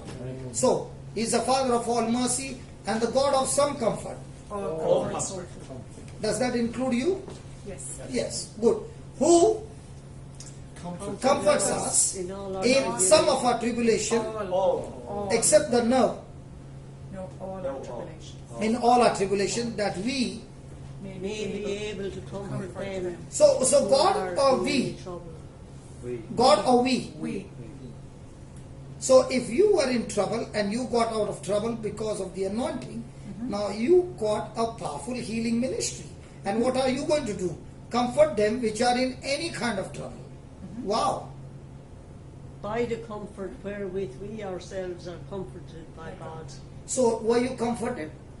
Absolutely. So do you have that anointing in you now? Yes, and I was. So according to the word of God, are you able to comfort people in any trouble? Yes. So now is it covered under grace? Yes. Yes. So what do you need to do? Exercise your faith. Yes. That's all. So hold a hand, close your eyes, and say this: Lord Jesus, Lord Lord Jesus, Jesus, I thank you I thank you for teaching me for teaching me this powerful truth. this powerful truth. You are the Father You are the Father of all mercy. of of all all mercy. mercy. Thank you for your mercy Thank you Thank for you your for your mercy mercy. and forgiving me and forgiving me for many things. for For many many things. Lord, you are the God of all comfort. Lord, you are the God of all comfort. You comfort us You You comfort comfort us in all our afflictions, in all our afflictions, in all our tribulations. in all our tribulations. Lord Jesus, Lord Jesus, you took the punishment you You took took this the punishment that we deserve that we deserve on the cross, on the cross so that so that through that punishment that was paid in full, through that punishment that was painful, now now you are comforting us you are comforting us so that so that we can comfort we can We can comfort comfort others others in any trouble. in any trouble. I thank you, Lord, I thank Thank you, you, Lord, Lord. just as you gave me just as you gave me brand new disc, brand new discs. in the same way, Lord, In the same way, Lord, whatever has gone wrong in this sister's body, whatever has gone wrong in my sister's body, angels, angels, go forth go forth and bring forth and bring forth those parts those parts and replace them and replace them right now right now according to the word of God. according to the word of God. You are the God You are the God who gives life to the dead. who gives life to the dead. And now And now I call I call healing healing to flow into her body, to flow into her body, bringing complete relief bringing complete relief in her body. in her body. All the bones, All the bones, I command you, I command you, get aligned now, get aligned now. be restored now. Be restored now. The nerves, The nerves, be loose now, be loose now. be relaxed now. Be relaxed now. All the cartilages, All the cartilages, tendons, tendons, ligaments, ligaments, muscles, muscles, be restored now, be restored now. and every pain In every pain, be gone. be gone. The blood circulation The blood circulation flow freely now, flow freely now. and every pain And every pain has left you, has left you, and you are delivered and you are delivered and set free. and set free. In Jesus' name. In Jesus' name. Amen. Amen. Now, look here. With a hard jerk, give a kick. Hard jerk. Yeah, one more time. No. Give a jerk like this. Yeah, good. That's it. Harder. Thank you. The other leg. One more time. Yeah, good. Last time. Now everything is clear. Now do you find any pain? Well, I'm hoping my circulation is well. No, I'm asking you just one question. Do you find any pain now? No. Now, do you find any uncomfort? Well, my feet might be healing or heating a little. I'm asking now, are you feeling any uncomfort? I'm not asking the past, because God doesn't look at the past. I'm not too bad now, And Saul, I do who became suffer. Paul, My feet normally are very cold, but they're not too bad now. They're improving. praise God, because we got to always remember, God never looks at our past. And that's why Paul said, my hands are clean. And if somebody had to ask Paul, how can you say you are clean? You have killed so many people. Paul would say, that was Saul, not Paul. Yeah. So I was Saul, but I'm no longer Saul. I'm Paul. So let's not talk about Saul. Let's talk about Paul. My warm feet. Praise God. Hallelujah. Thank you, Jesus. Thank you. Thank you. Shall we continue? Yes, brother. Oh, yeah, come. Yeah, tell me. I had a pain in my leg just here, Okay. and I lost the sensation In your toes? In the toes, yes. There's no sensation. Little. Very, very little. Yeah. Hey, brother, are you ready? Amen. You can be seated there. You want to touch him and do it or without a touch. Oh, do that a touch. That's great. Remote control. It will be Wi-Fi. Yeah. Okay? Yeah. Okay? Jesus healed from a distance. Yes. This is good. So, because the way you are writing the notes, that shows how much are you craving for the milk. Oh, this is good stuff. This is fire. This is. So when a person is craving for the milk, okay, now God wants to show you what that milk can do, where his sensation is nearly gone, Praise God. to bring it back to life completely. Amen. I'm here. Yeah, I am not interested what it is, because for God, I see things which are crazy. It doesn't matter.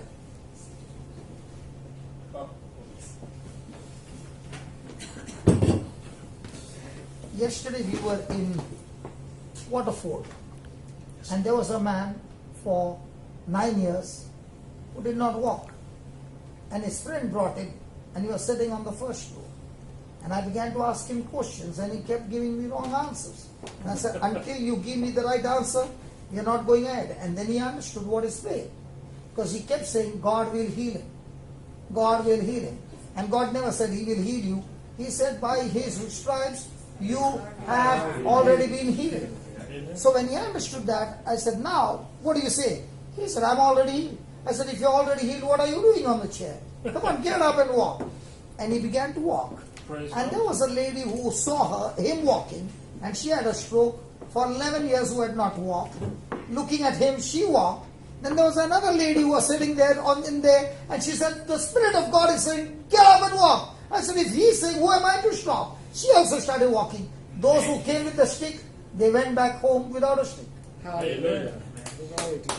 Praise God. So are you ready? Yes. Yes. Can you stop looking at that portion? Stop looking at that pain, okay? Now, first thing, believe, is God going to heal you? Yes. That's where you're going wrong. God is not going to heal you. He has healed. Grace says, He has healed you. So what are you going to do? You are going to agree to grace. Then only it becomes faith. If you don't agree to grace, it doesn't become faith. Okay? Can you close your eyes? And whatever He says, I want you to imagine it. Okay? Hey brother. Okay. Close your eyes. And let's begin. Say this, Lord Jesus, Lord Jesus, I thank you. I thank you. On the cross, On the cross, you were wounded. you were wounded. And the Bible says And the Bible says in Psalms 22, in Psalms 22. When they whipped you, When they whipped you, every whip every whip tore your muscle, tore your muscle, that even your bones could be counted. so that even your bones could be counted. Every one of your bones Every one of your bones were out of joint. were out of joint. I can never ever comprehend I can never ever comprehend the intensity of pain the intensity of pain that you went through that you suffered to save each one of us.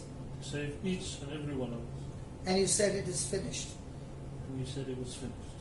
Lord Jesus, Lord Jesus, I see with my eyes of faith, I see with my eyes of faith, as my brother is standing before you, as my brother stands before you, every infirmity in his body, every infirmity in his body, you took it into your body. you took it into your body. And from your wounded hands And from your wounded hands is flowing your healing power is flowing your healing power into every cell of his body, into every cell of his body, into every tissue of his body, into every tissue in his body. because you are the God Because you are the God who gives life who gives life to the dead. to the dead. So whatever has been damaged, So whatever has been damaged, your anointing your anointing has brought life has brought life into his nerves, into his nerves, so that so that the sensation the sensation in his toes in his toes has come back again. has come back. Lord Jesus, Lord Jesus, I see your feet I see your feet nailed on the cross nailed on the cross and blood coming out and blood coming out from every part of your body.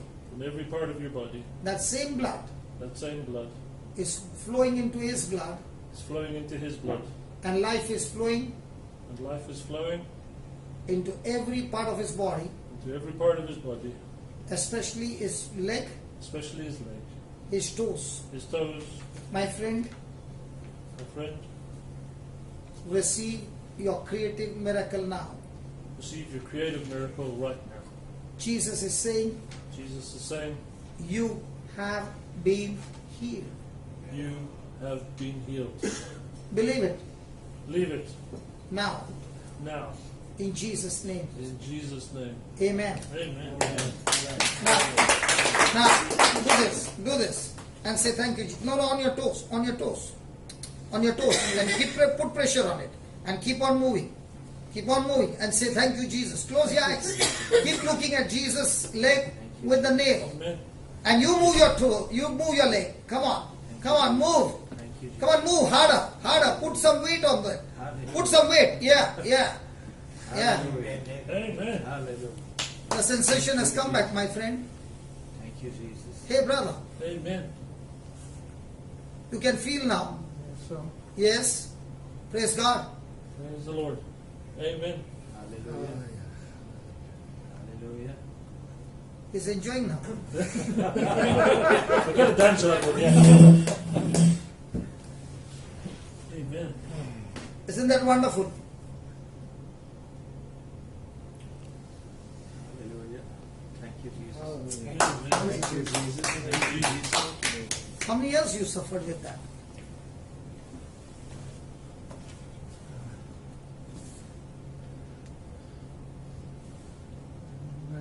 years. 9 years. Five, Not anymore. 5 months. 9 years, 5 months, That's long enough, brother. 25 days. and 25 days. That's not My exactly God, what an account he's keeping. If he had to keep the word of God in like this accounts, praise God. Yeah, I asked the doctor a few years ago, and he says, how long? I told him many years. He says, that's normal now. That's history. When the nerve is gone, it's gone forever. But God is a God who gives life to the dead. Praise God. Amen. Yes. Amen. Amen. Is that easy, brother? Amen. Hello, Yes. is that easy? Okay, let's put it this way. Is this your currency? Yeah. Yeah. Yes. Okay. I want to give this 10 euros to you.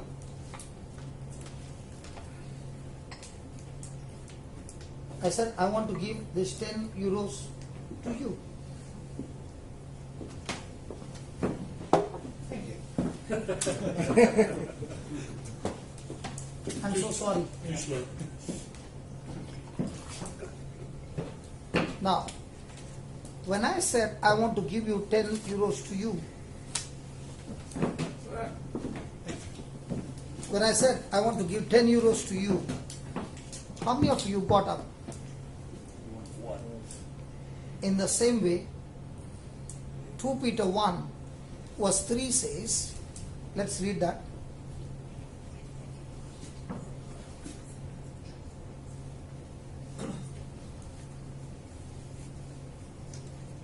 Isn't the word of God a treasure? Please read it. According. As his divine power hath given. Okay, before we go there. So now what we saw, the healings, did we even once ask God to heal somebody? No. So how did these people get healed? Speak. We only took grace, which is offered to us as a gift, and mixed it with our faith. So I told you, where grace and faith come together, there is always going to be manifestation. Hello? So do you sweat to get a manifestation, or you believe to get a manifestation? Believe. Are you following? Hello, are you following? Yes. So, how can I get grace? Reading the Word of God. Understanding the Word of God. Okay, let's study how to get grace. Give me verse 2. Same verse 2. Look what it says. Grace and peace be. So for me, before I move into faith, do I need grace? Yes. Where do I get grace? In the promises of God. So the more and more I study the Word, the more and more grace has got multiplied. And the more the grace is multiplied, now I have more choice to exercise my faith. Are you following? Yeah. So grace and faith be multiplied unto you through the knowledge of God and of Jesus our Lord. According as his divine power, what? Come on, read it. Pause. Has given unto us. So is our prayer all about what God has given us or what God will give us? Come on, in our everyday life, what do we pray? Please give us some. So when I say, God, please give me, haven't I made God a liar? So should my prayer be, God, give me, or God, according to your word, you have given me what? Grace. And what is that grace? His divine power. And he has given me grace for what? Grace for all things that pertains unto life and godliness. So if any person is saying, Lord, I commit myself to you that I want to serve you all the days of my life. Now is God saying, for that kind of life, everything that you need is already in your account? Supposing your dad has taken some money, a few thousands of euros, and put it in your account. Then after, he's a bank manager, okay? He knows the transaction, and after 1 month, your dad goes to him and says, I need just 200 euros from his account. Manager, will you give those 200 from his account? But his dad put it. It's his. But it was his money. But it was his money. But it was his money. Was, not his. Not his. In the same way, when I go to God and I say, God, give me, he's saying, listen, son, it's no longer in my account, it is in your account through Jesus Christ. Hallelujah. With every spiritual blessing in the heavenly places in Christ.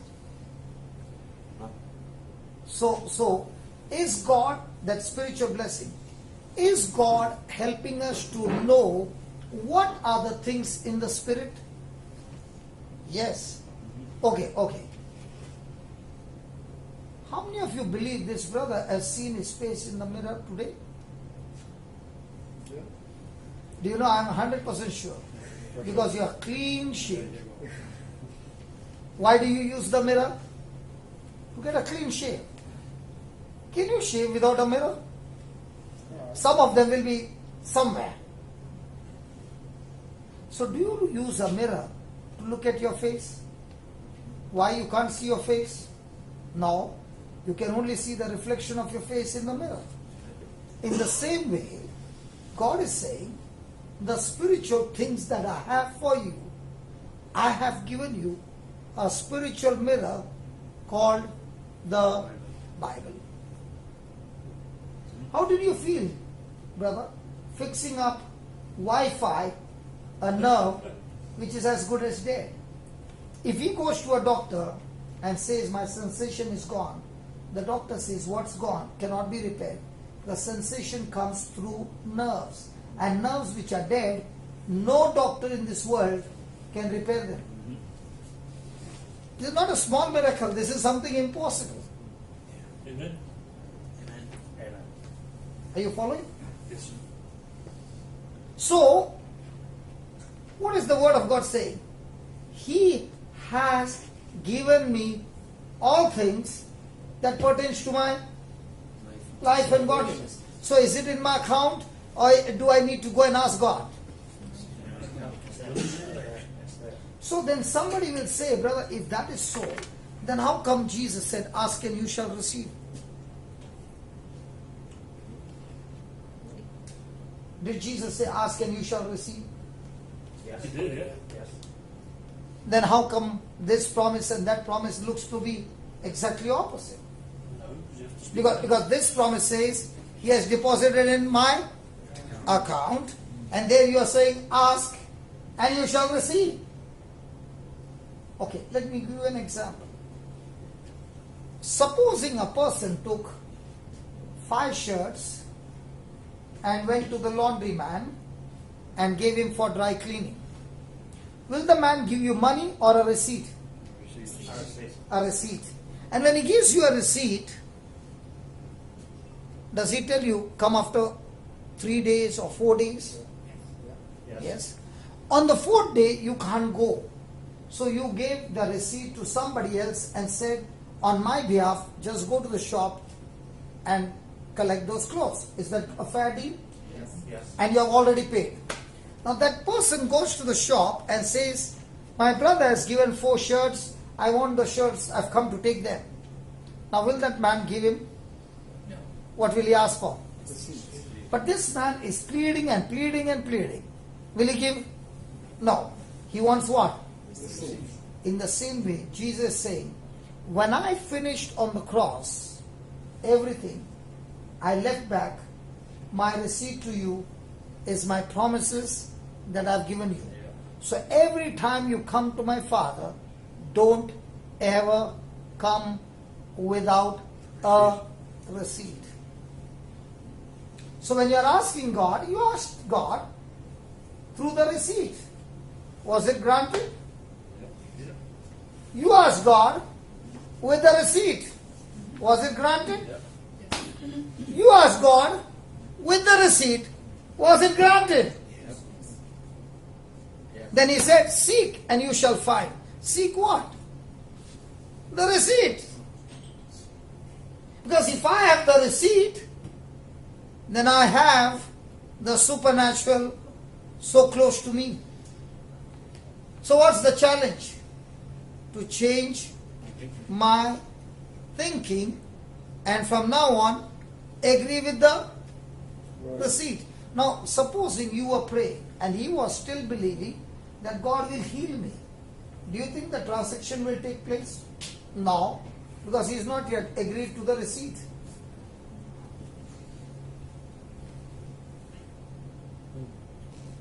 My sister, if she had to continue about what was happening in her past and she keeps that in her mind, the transaction gets into an error because the PIN number did not match.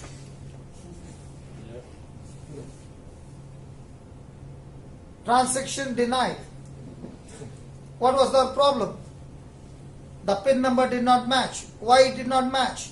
Because she is thinking something and the Lord is saying, by stripes she has been healed. But the senses are saying, not yet.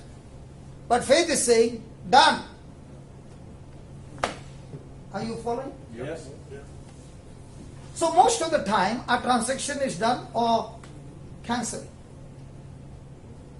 Because our sense knowledge is more powerful than the word knowledge. Now my question to you is, when you said your bone is broken, did it make any difference to me? Why not? Because that Jesus could raise Lazarus from the dead, and he said, if I believe, I can do the same. So, do I need to sweat to get a miracle, or do I need to only believe? Only believe. So where's the battle? Here, sense is saying it won't happen, and faith is saying it is finished. So, does confidence always brings reward? 100%. So is it only enough to know the word of God? It won't produce any result. The result comes when you are confident. You are sure. It is your Rottweiler, bulldog, faith. Hallelujah. Hallelujah. Thank you, Jesus. Then he says, knock and the door shall be opened. Do we not need to knock the doors of heaven? No? Do you all pray intercession prayer, Brother John? Do you all have intercession prayers? Yeah. So do you knock the doors of heaven? Yes or no? Yes. You don't need to knock the doors of heaven. You need to knock your own mind. And that's what he says. Knock and it shall be opened. What knock? Knock that unbelief out of you, and the door of God's abundant grace will manifest in your life. And where are we knocking? Because I was also one of them who would knock at the doors of heaven. I would say, Lord, I need to knock the doors of heaven. He said, listen, when you came from school, did you ever knock at the door, or Mama was already with the door open? I said, Mama would always wait at that time with the door open and the lunch was already ready. Did you keep knocking and Mama said, knock more. Till that I'm not going to open. And after knocking, the Mama opened and then she said, get on your knees. Lift your hand and plead with me. Give me food. Then I will give you. Did Mama do that? No. If Mama can't do that, you mean to say God can do that? Who is perfect love?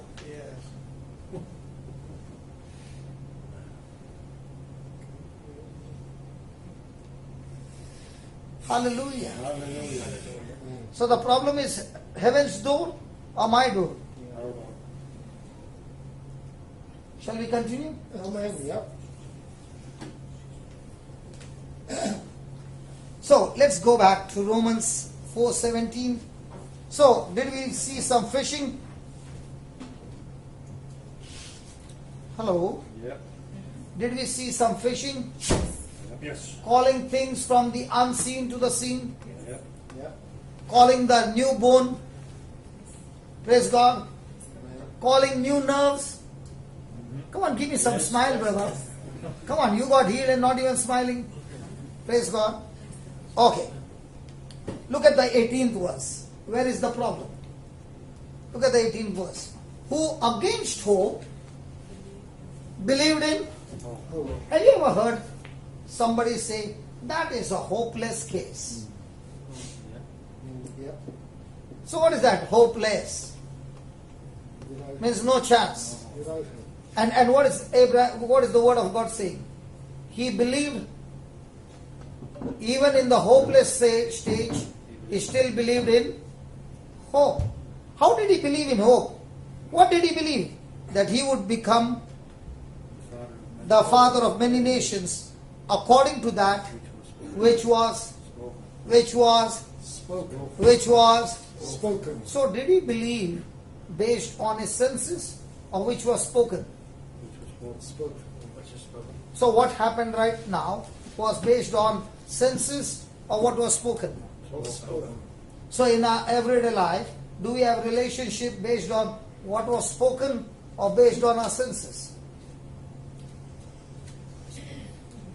Do we have what was spoken by the doctor, by the lawyer, by he, she, the news channel, or what God spoke?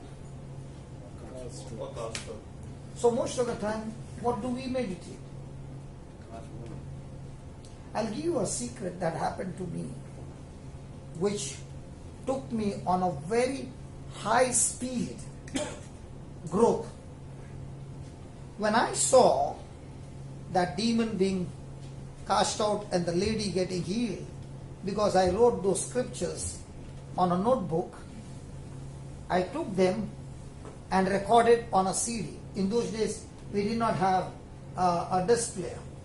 We had the Walkman. You remember the Walkman? Yeah. Still got one. Pardon? I still have one.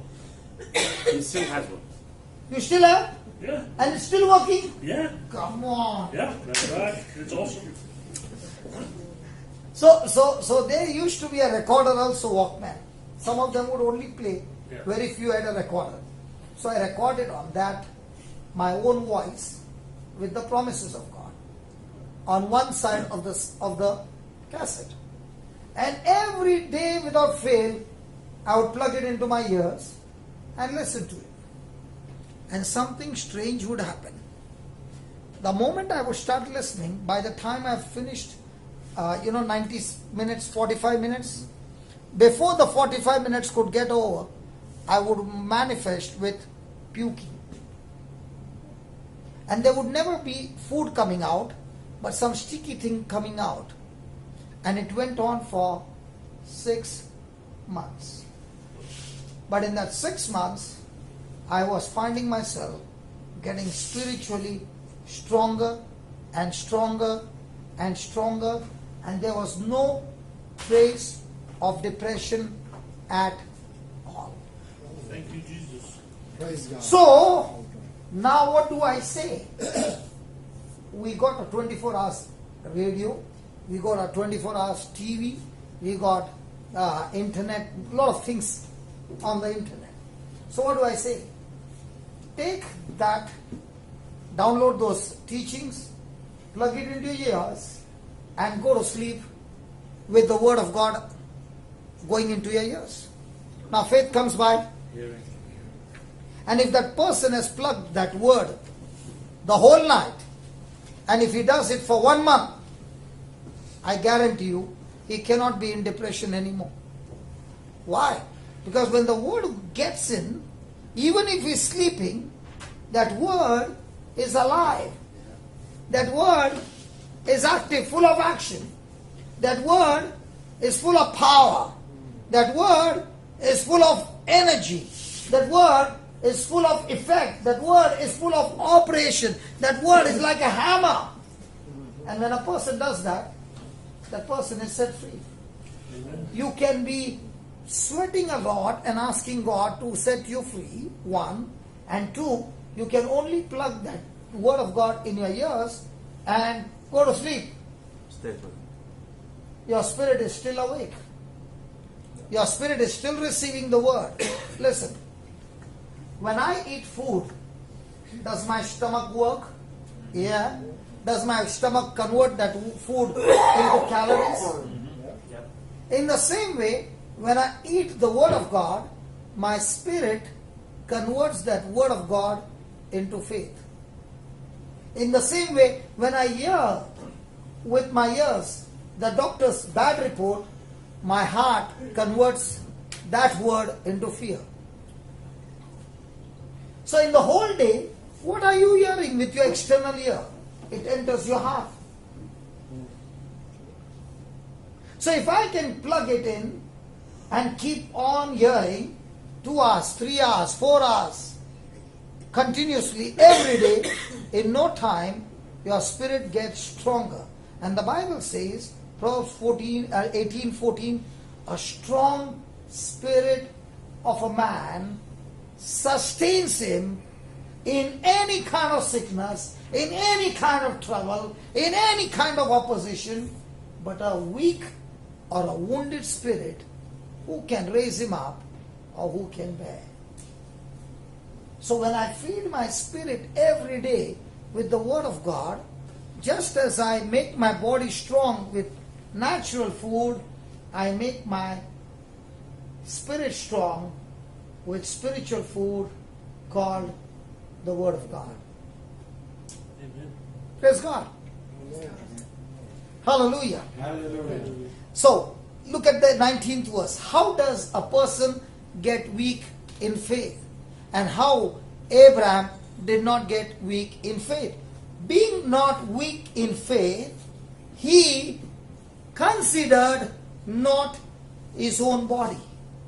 Have you heard the word consider before? Yeah. What's consider? Think about it. Something more. Something more. Think about it. What is consider? He didn't consider his own body now dead because too old to be a father. Okay, let me give you a hint. Do you remember about the prodigal son? He's eating the food of the pigs. And then the Bible says he came to his senses. And then he began to consider.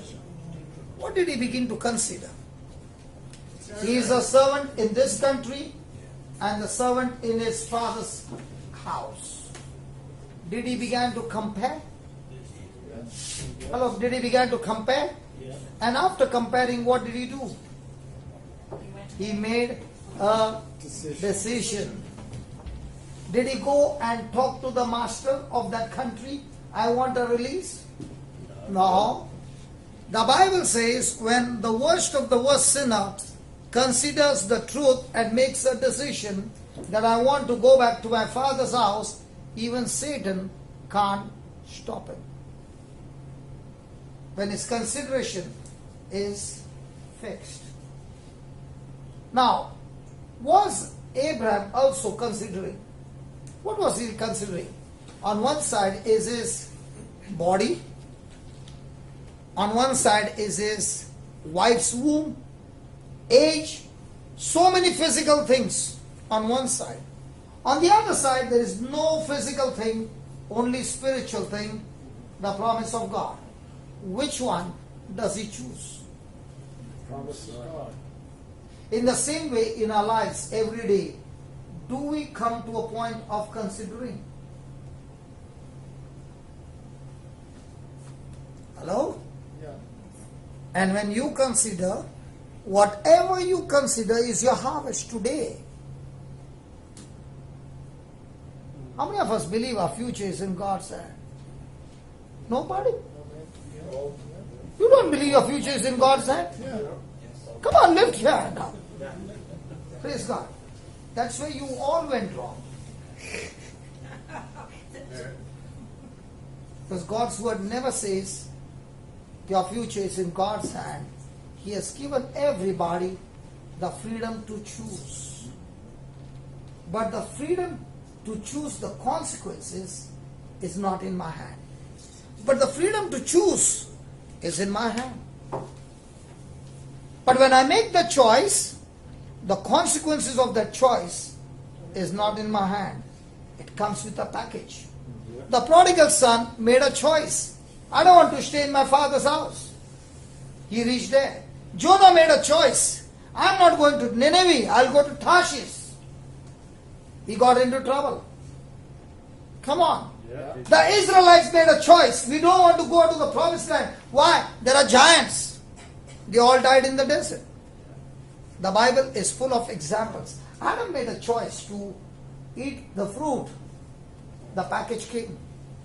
Every day we make choices. And every decision of ours have a package.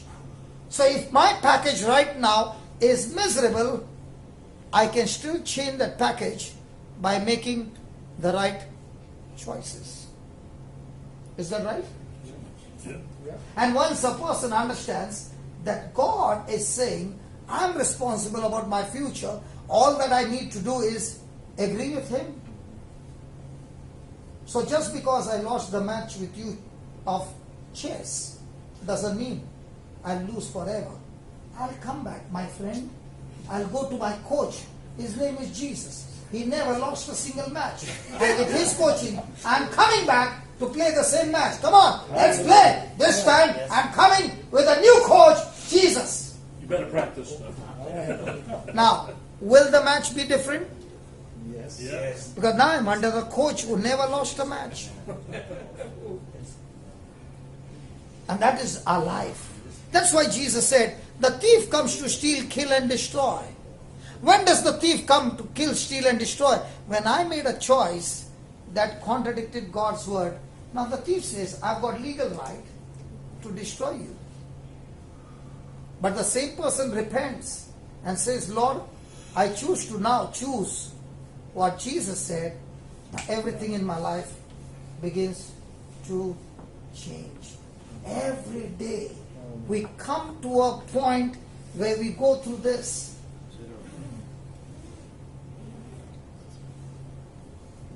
As long as I'm on my sense knowledge, I already know my destination is a failure. It can never go right. But when I consider everything based on God's word, it might look extremely bad, like Joseph chose everything what God said in the Old Testament. But every time there was unjust things that happened to him, it looked like he was getting demotion. But actually speaking, God was building up his spiritual muscles. And when the right time came, what did his choice do? Made him a governor. And let me show you a very powerful truth. Go to Genesis 39 verse 2. What does consideration do? Look at that.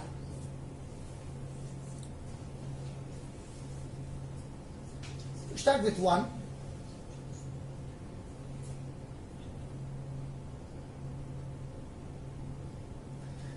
Please read it, my friend. And Joseph was brought down to Egypt, and Potiphar, an officer of Pharaoh, captain of a guard, an Egyptian, bought him of the hands of the Ishmaelites, which had brought him down there. So, Joseph is sold as a slave in the market. Potiphar is his master. But look at verse number 2. It is totally mind-blowing. Watch this. The Lord was with Joseph, and he was a prosperous man, and he was in the house of his master the Egyptian. Come on. The Lord was with Joseph, and he was a prosperous. How can a man who is a slave be prosperous?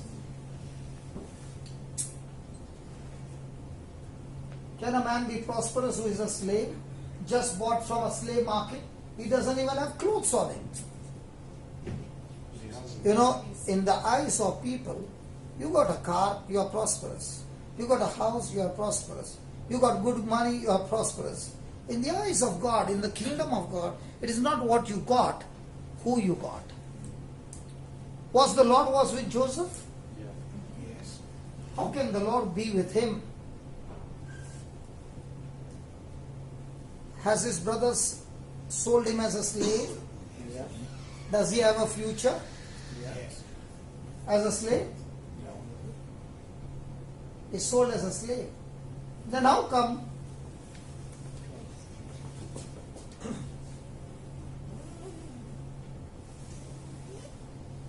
it's a big question mark? Faith. Yeah? Yet by faith. Can faith work where there is no grace? Impossible. So show me what was the grace. God's promise What God's promise? to his fathers. You missed it.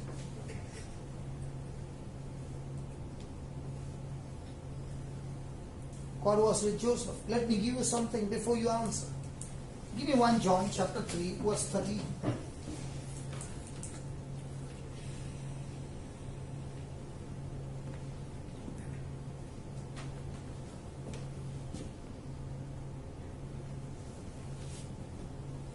Please read. Marvel not, my brethren, if the world hates you. is the world supposed to love you?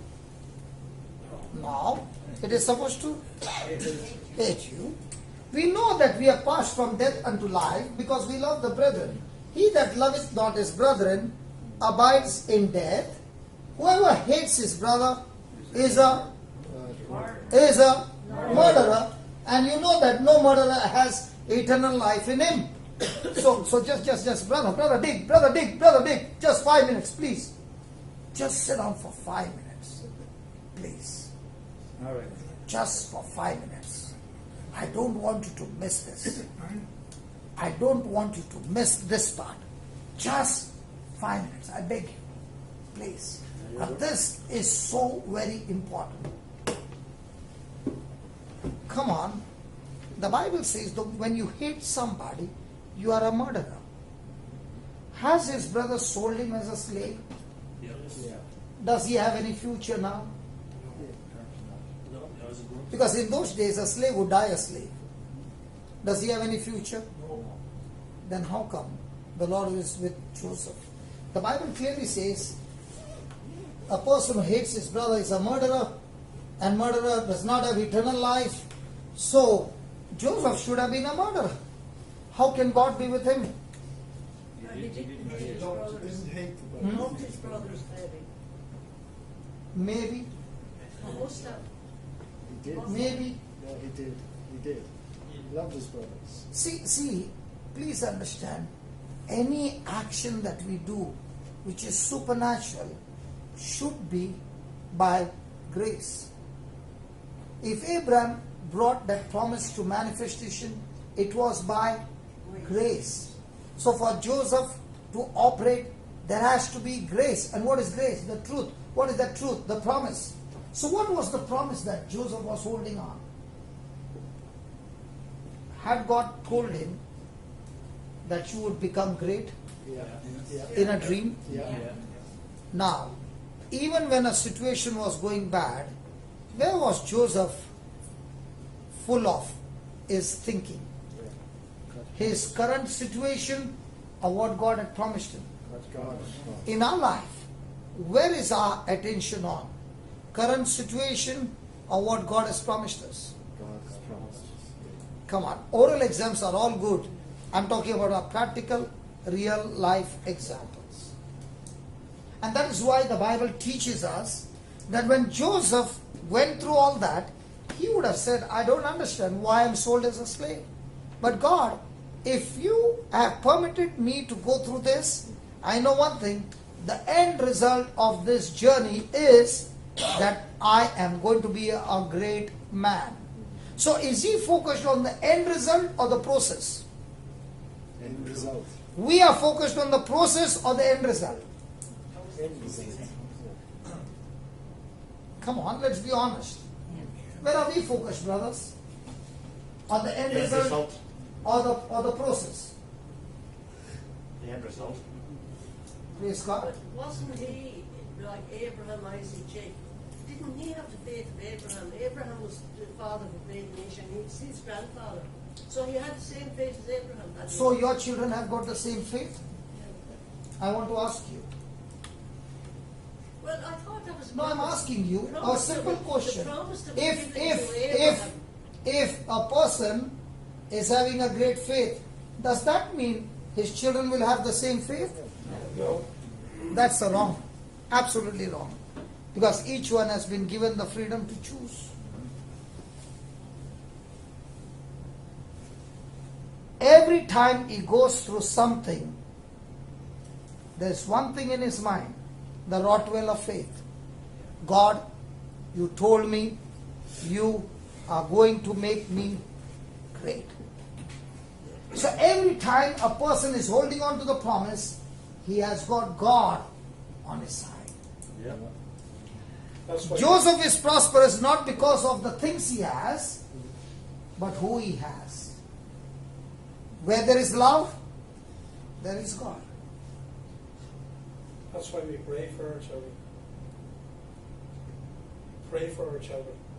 That they I am going to teach on Saturday how when children have left homes and you are praying for years and they have not yet come back, there are prayers that you can use, strategies. If I can use a strategy and get the nerve alive, I can use the strategy from the Bible to get my children back. That's what I'm going to teach on Saturday. And we are saying to parents, please come and listen to this. Say, I'm strong. You can be praying, God, give me strength for years and nothing happens. Please understand, in the kingdom, there are principles. You follow the principles, it's good. Now, are you driving car? Yes. Yes. Now, you change the kingdom and you went to Middle East. Can you drive the car in the same way you drive here? No. You'll cause accident in no time because the rules have changed. So, Jesus came to show us his kingdom principles. I can be praying. Now, for example, were the Israelites praying to God for mercy? Yes. But when they got annoyed, what did they pray? It is better for us to die here than go to the promised land. What did God say? As you said, so shall it be. What about Job's children? Did they die in one day? Yeah. Was Job praying? Yeah. Who killed his children? Job's prayer. Are you shocked, brother? Let me show you. Give me Job 3:25. What happened? Give me Job. This is the what we have said for people, how to bring your loved ones back to God. What he feared would come upon him. Is that right? Yeah. So if I am praying with doubts and unbelief, is James 1 saying you will get your children back? Never. James 1 says that person should not think anything he'll get from the Lord. So before I pray, I must have what? Grace, truth. And once I have that, and I hold on to that, now I'm sure to get every one of them back into the kingdom of God. Hallelujah. Amen. This is what we are sending it out. Praise God. Praise God. Thank you so much, brother. Thank you. Thank you for waiting. Can you make the closing prayer, Brother Dick? Would you Can like you to pray? Finish. Can you say the finishing prayer? Come on. Yeah, first of all, I just want to thank this man for every time I meet him. Like, I've met all the big important people over the years, from Demas Shakarian, from all the boys who said, and they all came with a good message. This is the first man that taught me really how to pray. Pray with the Word of God. He has a little white book which tells you how to use the Word of God as your prayer. And basically it said, you proclaim it with your life and you give it life. It's written that you proclaim it. Lord, this is what you said, and this is your word, and I'm here to collect. Amen. You're begging. The receipt. Yeah. The receipt, And yes. just to talk about you, back with your children. When I came to the Lord, and I said, they were outside in the pubs drinking, having a great time. Our dad has gone mad. He's going to these boring prayer meetings, and we're here having a great time. And I said, they're all just going to Dublin here and there. And I got to the stage and I said, right, do I, pull back a bit from this and give more time to my family? And he said, no, he said, you continue to follow me and I'll take care of your family. And that stage, they were all over the place. And I was going to try and buy houses for them. Haven't you a house? I said, yes. What do you want another one for? I said, I'll take care. They all have their business and their houses. Every one of them came and found the Lord. Hallelujah. Because I kept following him, he said, and then when it's finished up, he says, did I keep my promise? Yes, Lord. Amen. Because I've seen it in my family as well. Yeah, I understand. The other thing I'll just say before I go, what you saw here tonight, don't miss it.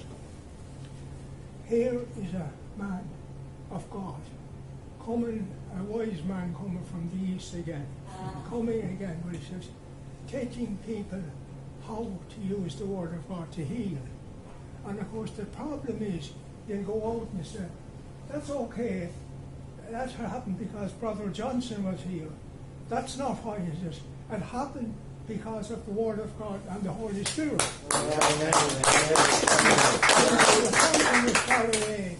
I said, this is not a once-off. This is something the Lord is calling to, and there's plenty out there. Go out and do it. And he said, I don't know what to say. He says, my spirit will tell you what to say. I said, everyone must touch this and have that gift. It's not a one-off. I said, I've been doing it for 42 years.